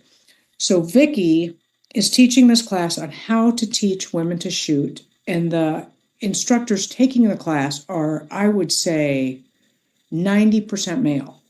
Because they're like, we have these women and something that we're doing, either we're not, we just want to be better trainers for that demographic. Sure. So she starts the thing and says, okay, you 5 men in the front row, pick up your chairs, put them in a circle. And so they do. They get up, they put their chairs in a circle. And she goes, okay, thank you. You can put them back down. So they put their chairs back, sit down. It's a 4-hour class. So then the next couple hours, it's all about the different ways that men's and women's brains work and are wired and learn. Fascinating. Very fascinating. She at this point says, okay, now what do you think would have happened if I'd asked 5 women to pick their chairs up and put them in a circle? And at this point, everybody laughs because the questions would have been, well, should the chairs be facing in or out? How far apart do you want the chairs to be? Who's going to put their chair down first? And all of that kind of stuff. And I was like, because I would have lessons with Rick and he would go, move. And I'm like, well, what do you want me to move? You want me to move my hand or my feet? And so, he'd say, just move. But I didn't know what he meant for me to move. And he thought I was just being non-compliant. So it was like for a while there. Yeah. But, as a martial artist and an instructor, it was very informative for me to be in Vicky's class. So I'm like, oh, it sort of gave me insight into my experience of how hard it is to learn, and that I'm very, very literal, and that's not unusual, but just kind of an interesting insight into, and then learning from Luann too, because she'll talk about the different ways women's brains process and need information detailed out. So kind of interesting. Very interesting, as a matter of Yep. fact. Just in my own academy, I heard when you said that, it just tweaked up because I am okay, move. And then when I have my ladies, well, how do you want me to move? And it just goes back and forth, and that, trying to find a happy medium so you could give enough information, but at the same Right. time give them permission that, I don't know, if something's coming straight at you, move. Is it left or right? I don't know, move. To the best of our But it ability. might be just if you said, get out of the way. Oh, thank you. Well, You know what I mean? Because yeah, they could be like, and then they're still going to get hit. But if you yes, go, something's coming at you, get out of the way of that thing. Doesn't matter how you do it. You go up, down, sideways. okay, that makes a lot of But so sense. one of the illustrations that Vicky used was that, okay, so if you, back to shooting, so if you have a target, you have to line up your eye, the rear sight, the front sight, and the target. So if you are not lining up one of those items, and let's say you're missing, what the ladies would do, because they didn't understand all four of those things have to be together, that and then how you use your finger and your hand and all that, is that they would go, okay, well, every time I'm a little bit high to the right, so I'm just going to aim low to the left. So they would fix what they saw as the problem, but not fix the actual mechanics of what they needed to be doing. And as it applies to martial arts, I had never had to coordinate, because we coordinate big body parts, but for firearms, you have to coordinate your brain, your eye, your finger, more primarily, and then your hands have to keep everything else stable. But I mean, those are the big things: brain, eye, finger. And you're like, and not your whole finger, Yeah. because if you use your whole finger, you're going to impact the trigger differently. So just a piece of your finger, like the pad of your finger. It's super interesting. Almost like a chisel, just a very little bit of pressure Right. really makes a lot of difference in reading that pressure. That's fascinating. Well, and for like you go to Chisao, so because Wing Chun is a linear art, firearms is linear. So like I think a lot of Wing Chun people like Sifu Francis are very good shots. Makes total sense. You can't get much more center line than a bullet, probably. Right. And unless it's acted upon by something else, it's going straight. It's amazing. Di, I wanted to Yeah, I went down a complete rabbit hole. Sorry. no, that was amazing. Matter of fact, I know what we're gonna call your episode now, and everything was gold that you touched upon, in my opinion. Yeah, I just wanted to talk about, like, sometimes I get to talk to some of my instructors, so I get to tell them formable moments for me, and that's just as much fun in that moment. One of the formable moments for me with you came when we had a women's self-defense program. Uh, we had the biggest one. I think there was probably 50 people there. I remember that. Yeah, and by the way, people And the are, news came, right? what? Didn't the news come for that one and interview Yeah, you?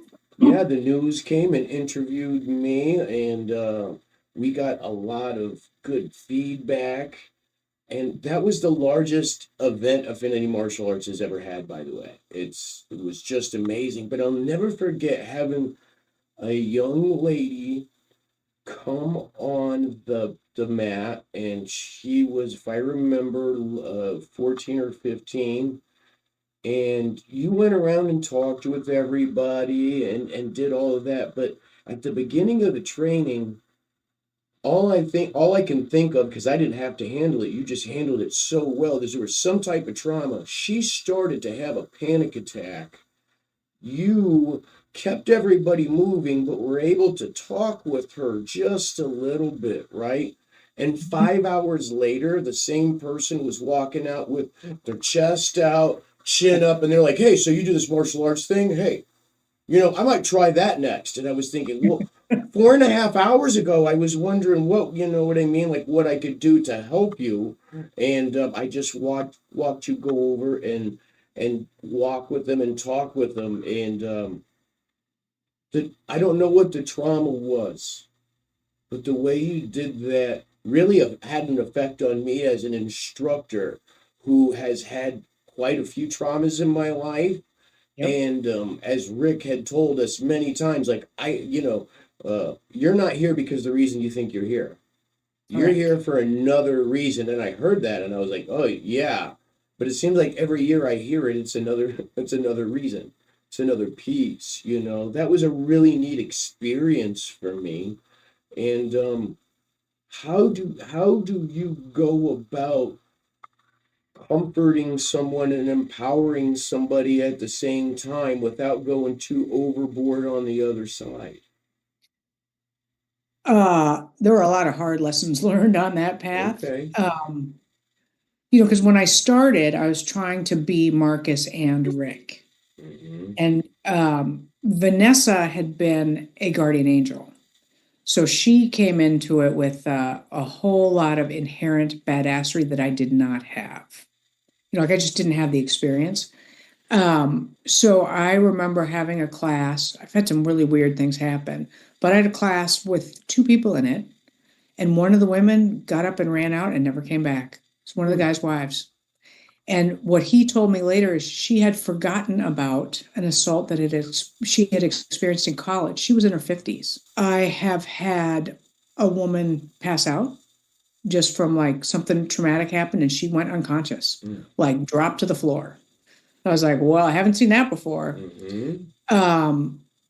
So I think any self-defense, and it's changing a little bit now too, because I think it's male and female, because you hit that level of like stress inoculation or even talking about assault. If someone has that in their background, it's going to be a little bit triggering. Mm-hmm. And especially now, I think there's been so much more education on and exposure to trauma and addressing it as opposed to pretending like it's not there. Mm-hmm. And I think, especially like, law enforcement, military, civilians, everybody's a little more familiar with trauma. And so I think, especially for self-defense, like martial arts, you can make it about the curriculum. It doesn't have to be emotionally tied to being assaulted. And I think self-defense, there is an emotional tie for a lot of people. Like, what if I'm attacked? So some come in because, I think it's fun. My mom told me to.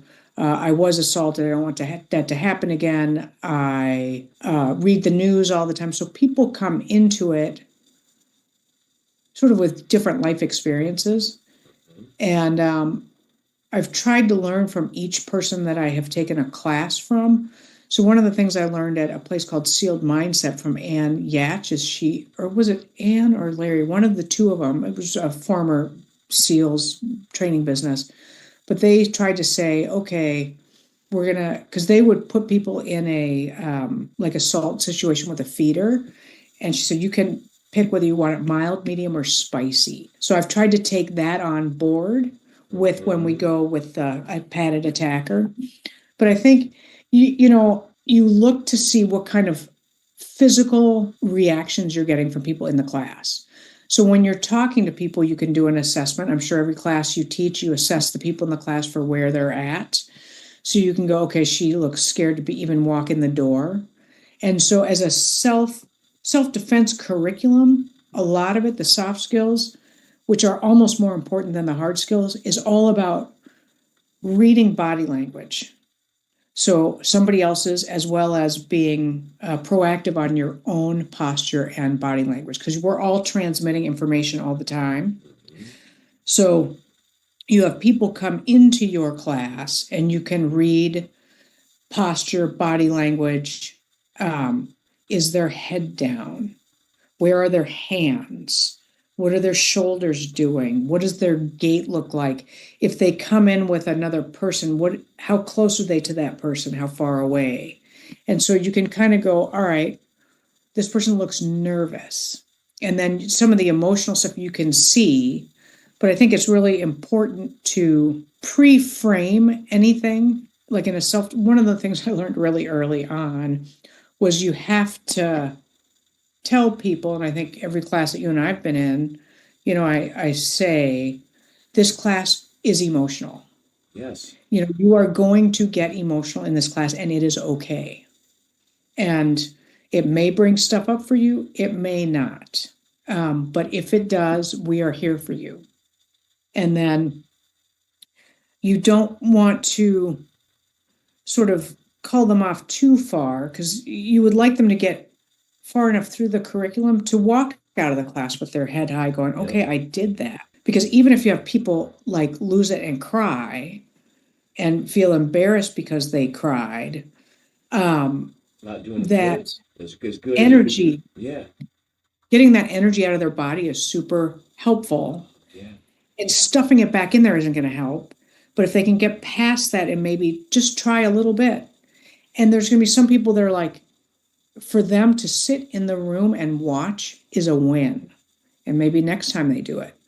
So you kind of have to meet them where they are, because you can't force someone to do something when they're already traumatized, because you're just, and I think, and I try to do a lot of reading, especially the last, I think it's been 3 years since I saw you at your school. And because I've been physically sort of on the bench, I try to do as much reading as I can on different applicable subject areas. So some of it's body language, some of it's trauma. So you have trauma for women, you have trauma for, like, there's a really good book called On Combat that you might find interesting. And it's good for, anybody really that's had interpersonal violence in their life. But as an Rory? Instructor, pardon? Is that the first name Rory? No, that's a different one. Okay, so this. Okay.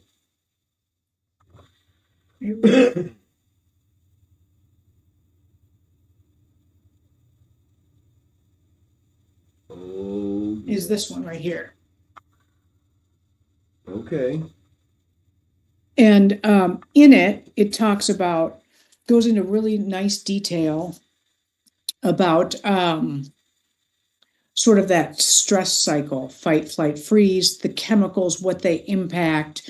And, so with all that stuff going on, you have like time lapse, you can lose your hearing, your vision changes. So your sense of time changes, which is why at an accident scene, you have 4 people and 5 stories. Yes. But that's, so you, as an instructor, you go, oh, that's super interesting. Or different things that you can, because at some point, someone's going to say this horrific thing happened to me.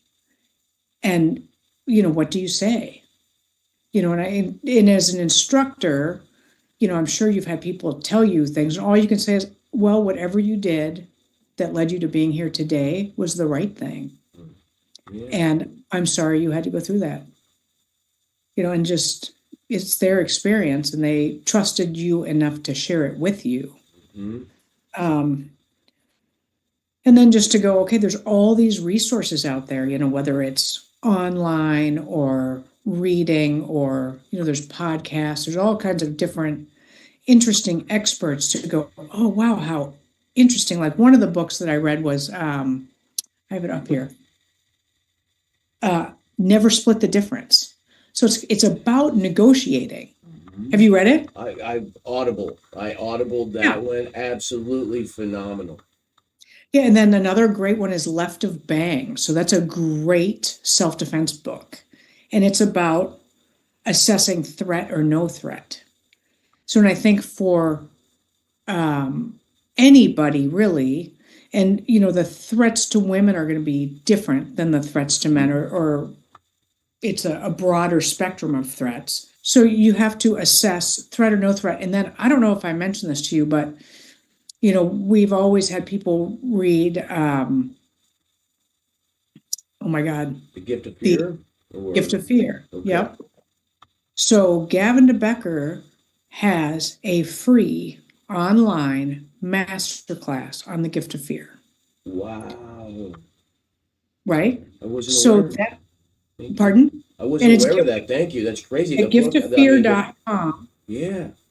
And as an instructor, I think it's really important, especially if you're going to go teach those ladies, just some of the main things like no is a complete sentence, some of the conditioning that you have to uncondition. And it's not just ladies. I think there's men too. Mm-hmm. But if you're going into an all ladies class, some of the things you have to go, okay, how are you going to set your boundaries? Do you have trouble verbalizing those boundaries?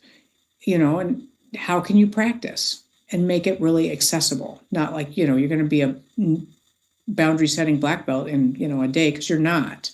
But if you can pick something easy and accessible, like, no, I don't want to give you my Diet Coke, whatever it is, something really easy to learn to say no. Step one type of situation, and then kind of work. Yeah, and step one of, like 9, the 10 before one, so. Yeah, I don't know if that answered your question. It totally did. It totally did. And one more question, something that we ask everyone is, if you had to give advice, and in this case, I'm going to ask, because my academy is 40% ladies, okay? Yep. And my wife helps tremendously and all that stuff. If you were going to give, like, action step advice to ladies in the martial arts, something that they could, like, look at in the next 24 hours, maybe a book, maybe something, maybe any part just from Guru Dai, what would you tell somebody about martial arts? Yeah, it's pretty broad. About learning? Well, about just for you, okay? I'm going to give you a scenario. I have a student who's been with me almost 3 years. They've always wanted to do martial arts. They did it for a little while. They came back. This particular lady is, she's 63 years old, and now she's going to see different seminars, different instructors, and she's really, really involved and loves it, right? Amazing. Right? Yep. And then if they had a moment where they sat down and they were like, okay, could you give me like a little advice or something that could make this either better for me or something that you wish somebody would have said to you? Okay, so let me think this. I'm going to kind of it'll just come out, which is sort of how this whole thing has gone all over the place. Great. Yeah. One would be, you can do it. If you want to do it, you can do it. Thank you. And it might not look like how everybody else needs to do it, but it's your experience, and it doesn't have to look like how everybody else is going to do it. If you're interested but unsure, say yes and figure out how to do it later. Mm-hmm. Pick your training partners. And if you don't want to train with somebody, now obviously in class, there's going to be people that you don't like to train with, and that's okay. And it's not, especially for an older person, it's not worth getting hurt because you didn't want to hurt their feelings or take a stand. Mm-hmm. So you can make up an excuse. I got to tie my shoes. I got to go to the bathroom, whatever. Jiu-jitsu's more where you're like, okay, so this guy's going to like crank my head because every time he has, and I'm in like this for the next 3 weeks. But there's some people that, it's going to sound terrible, but I call it martial arts Tourette's.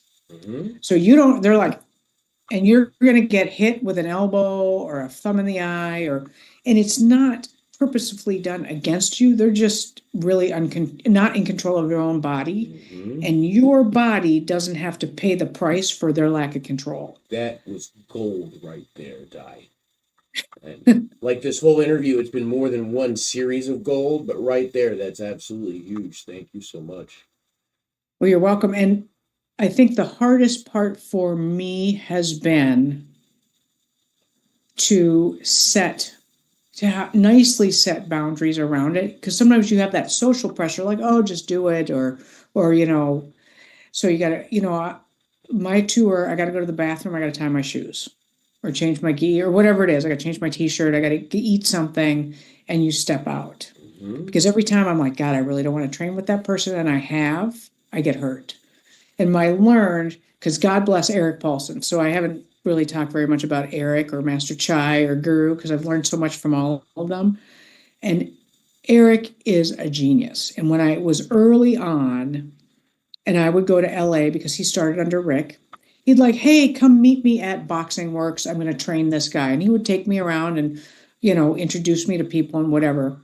And so there was one day, and I went to his fight camps early on. Now, right now, I think I would be broken. I am broken now, and I'd be more broken later. But what I learned was, and I apply this to anything where I don't know what I'm walking into in terms of the partner roulette, is go early, stretch out, and watch people warm up. And then I will go, I am not training with that guy. I'm not training with that guy, and I'm not training with her. And I learned it the hard way at my first Thai camp, because the beginners are the most hazardous to your body because they're nervous. So they go too hard, and you know, clack shins, and you get kneed in the face, whatever it is. So,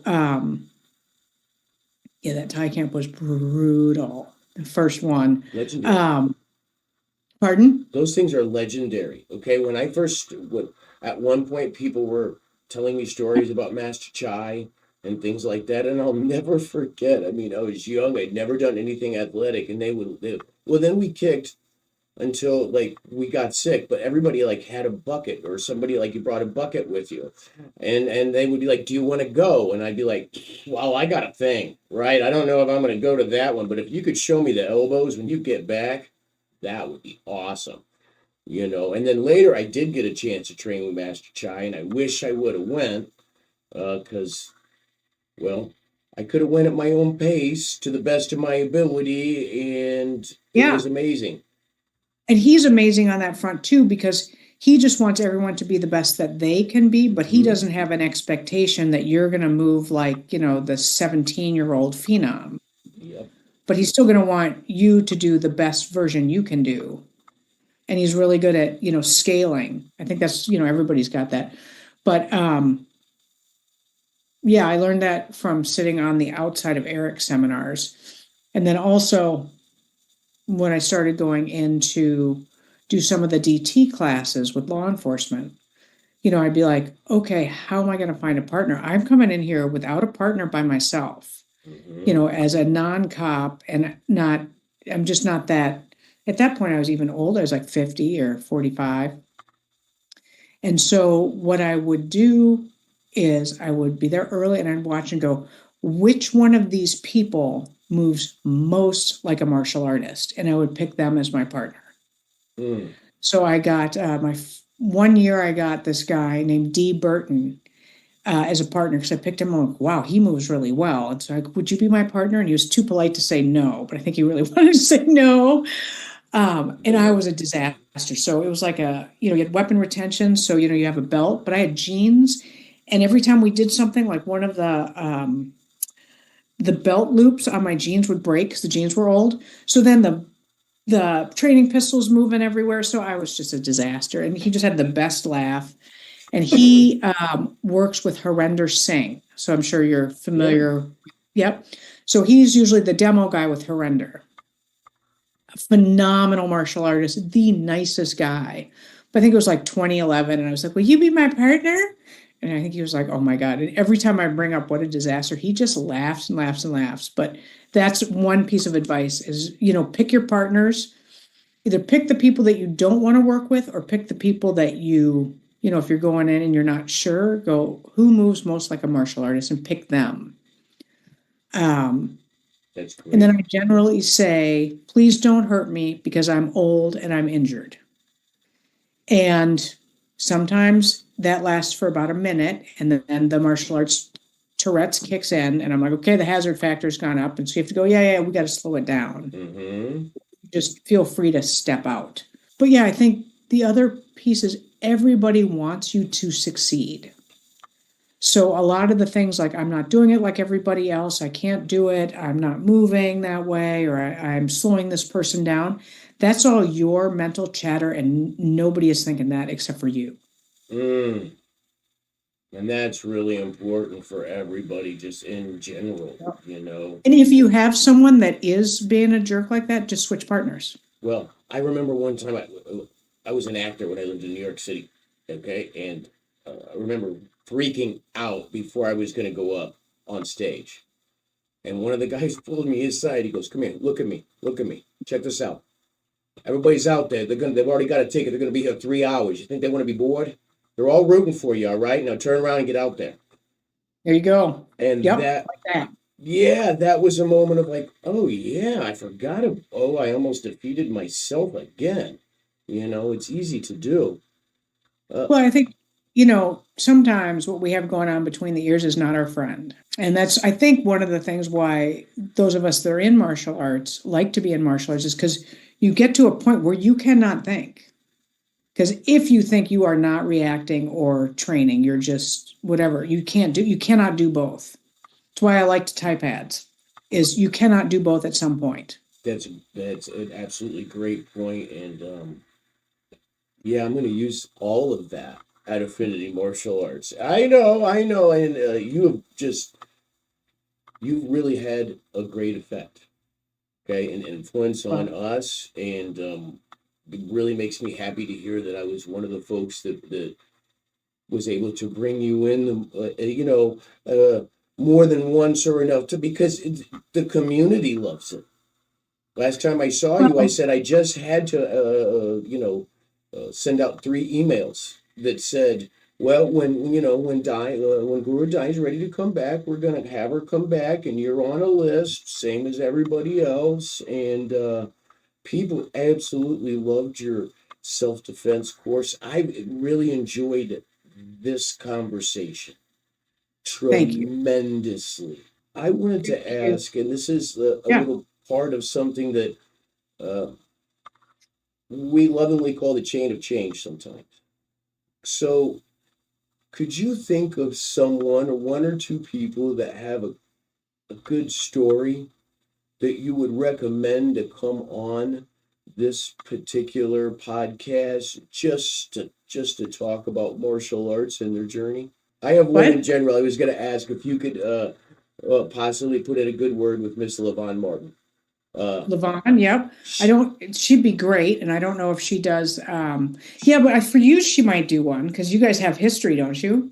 I've seen her at CLOT camp, and she's one of those people that I'd be like, excuse me, what just happened there? And she's amazing. She would help, yeah. And always nice in the midst of doing it, Well, and so I'm sort of half and half going between Minnesota and Florida. Mm-hmm. And LaVon has been amazingly supportive of me. I got to teach some classes at her academy.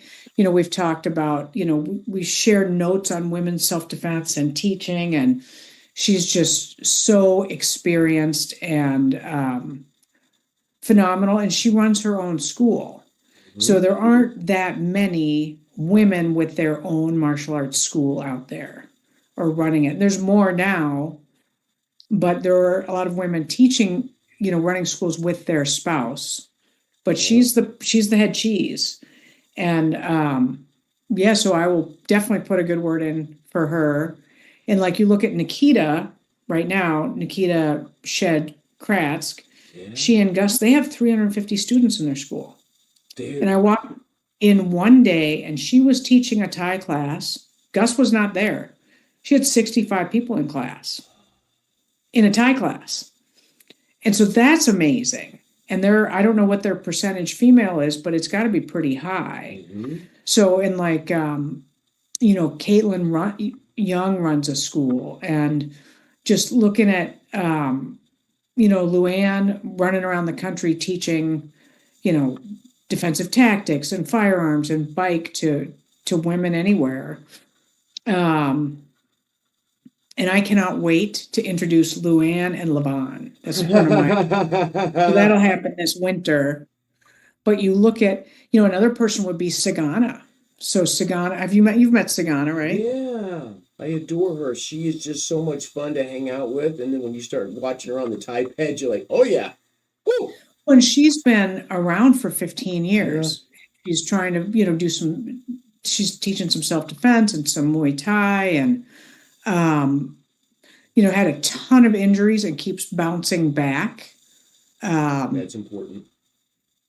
Yeah, there's Nick Hughes would be amazing. He's a great interviewer. You can look him up on YouTube and see some of he does a lot of, I think he does some YouTube stuff, interviews.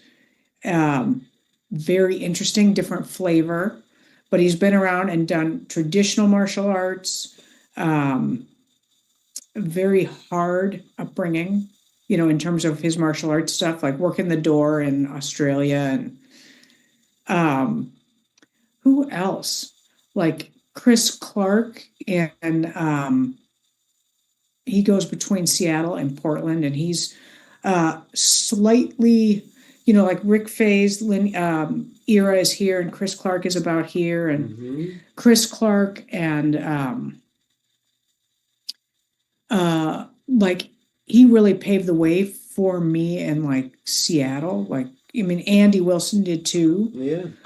Outside of the Collie Group family, there's Chris Clark, and then there's Don Gula. And Wrestling is the name of his group. So he has a lot of defensive tactics instructors, but he's under Guru and under Eric, and they really take the lesson of sort of blending the curriculum, walking your own path, and seeing what it is that the end user might benefit from. Super creative and funny. And, I think, especially coming up under Rick, humor is so important in classes. I'm trying to think of who else would be kind of a fun person on your podcast that might be outside of your normal.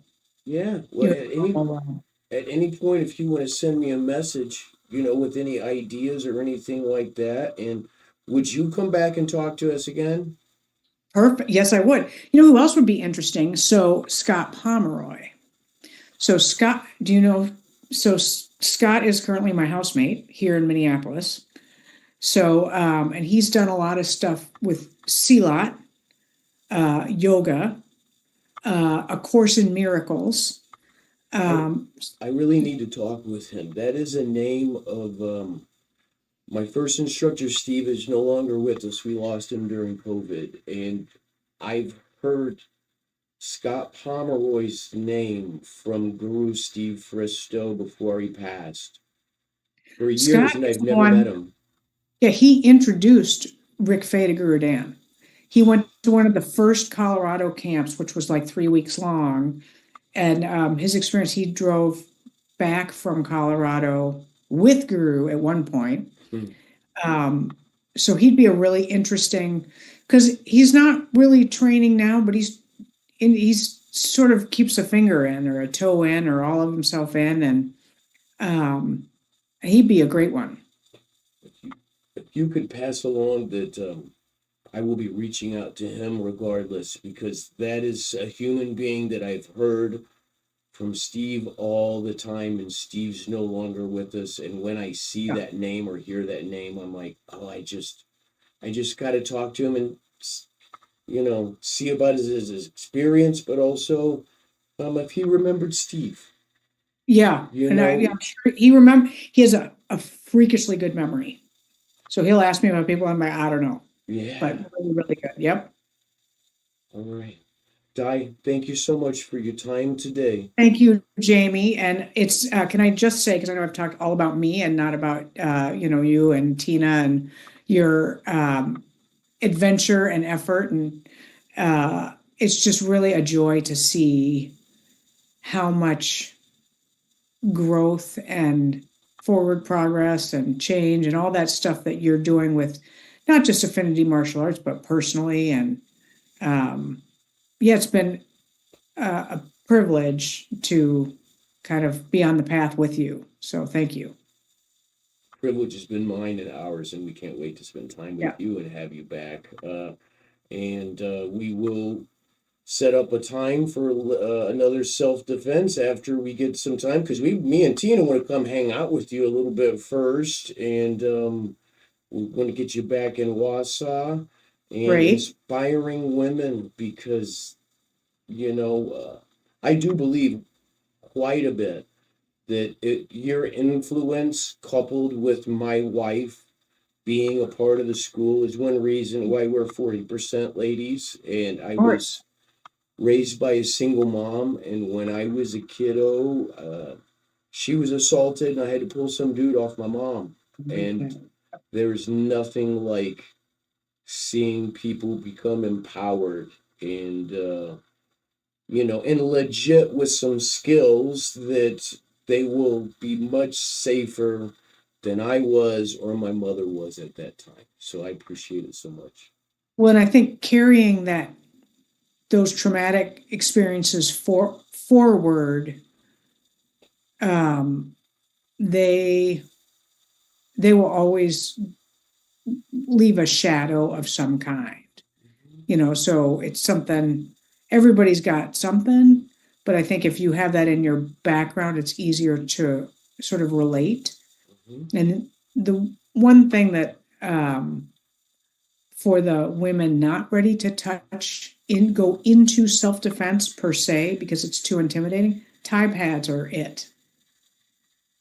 I think if you can generate force with your body and learn to accept some force in holding, it goes a whole lot of, you get a whole lot of traction in terms of just carrying yourself with confidence. You go, I know I can beat the crap out of that pad. I can hold for that person.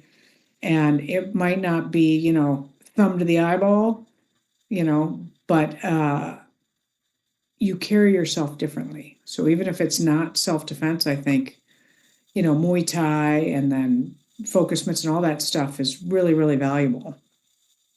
I remember calling you and not really knowing you that well and getting your number, and I was going to do my first women's self-defense here in Wausau, and I had some knee surgery and everything, and then I called you and you were driving, and you were so sweet to, we had like 7 minutes before we were in between things, and I was like, I know I really don't know, but the last part, you were like, okay, I got to go in a second. I'm going to tell you this right now before they leave. You make sure they hit something really, really hard. Yeah, and then you leave sweaty. Yes. And one of the things I did learn, mistake-wise, is because I taught a women's kickboxing class for a long time. And I would go from the women's kickboxing class to the phase 1 class. And one of the guys nicely pulled me aside and said, Di, I would go to your class, but you work us too hard. So the level of output that women's class needs is way higher than the co-ed class needs. So the dudes did not want to work as hard as the women did. And the women, if they had to think harder than they were working, they were not happy. So it's like, you can make me think hard as long as I am working hard and sweaty at the end. So that was one of the things I learned about overdoing the tie pads. Well, God bless, and I appreciate so much you stopping in to see us. All of your, I'm going to call it experience, strength, and hope that you've shared with me over the years is a big part of Affinity. Yep. And we love to have you back. Affinity is about love. So once again, this is Jamie Sparling, the head instructor of Affinity Martial Arts and Wellness in Wausau, Wisconsin, with Guru Diana Rathborne of Rathborne Training and MKG. We're signing off, and we will see you next time. We will have Guru Di back, and I will definitely work on getting some of those recommendations there for those folks for our podcast. Great. All right. Thank you for having me. It's an honor. Like and subscribe and all that happy stuff if you've made it to the end. All right. Thank you so much. And signing off for the FormABLE Podcast.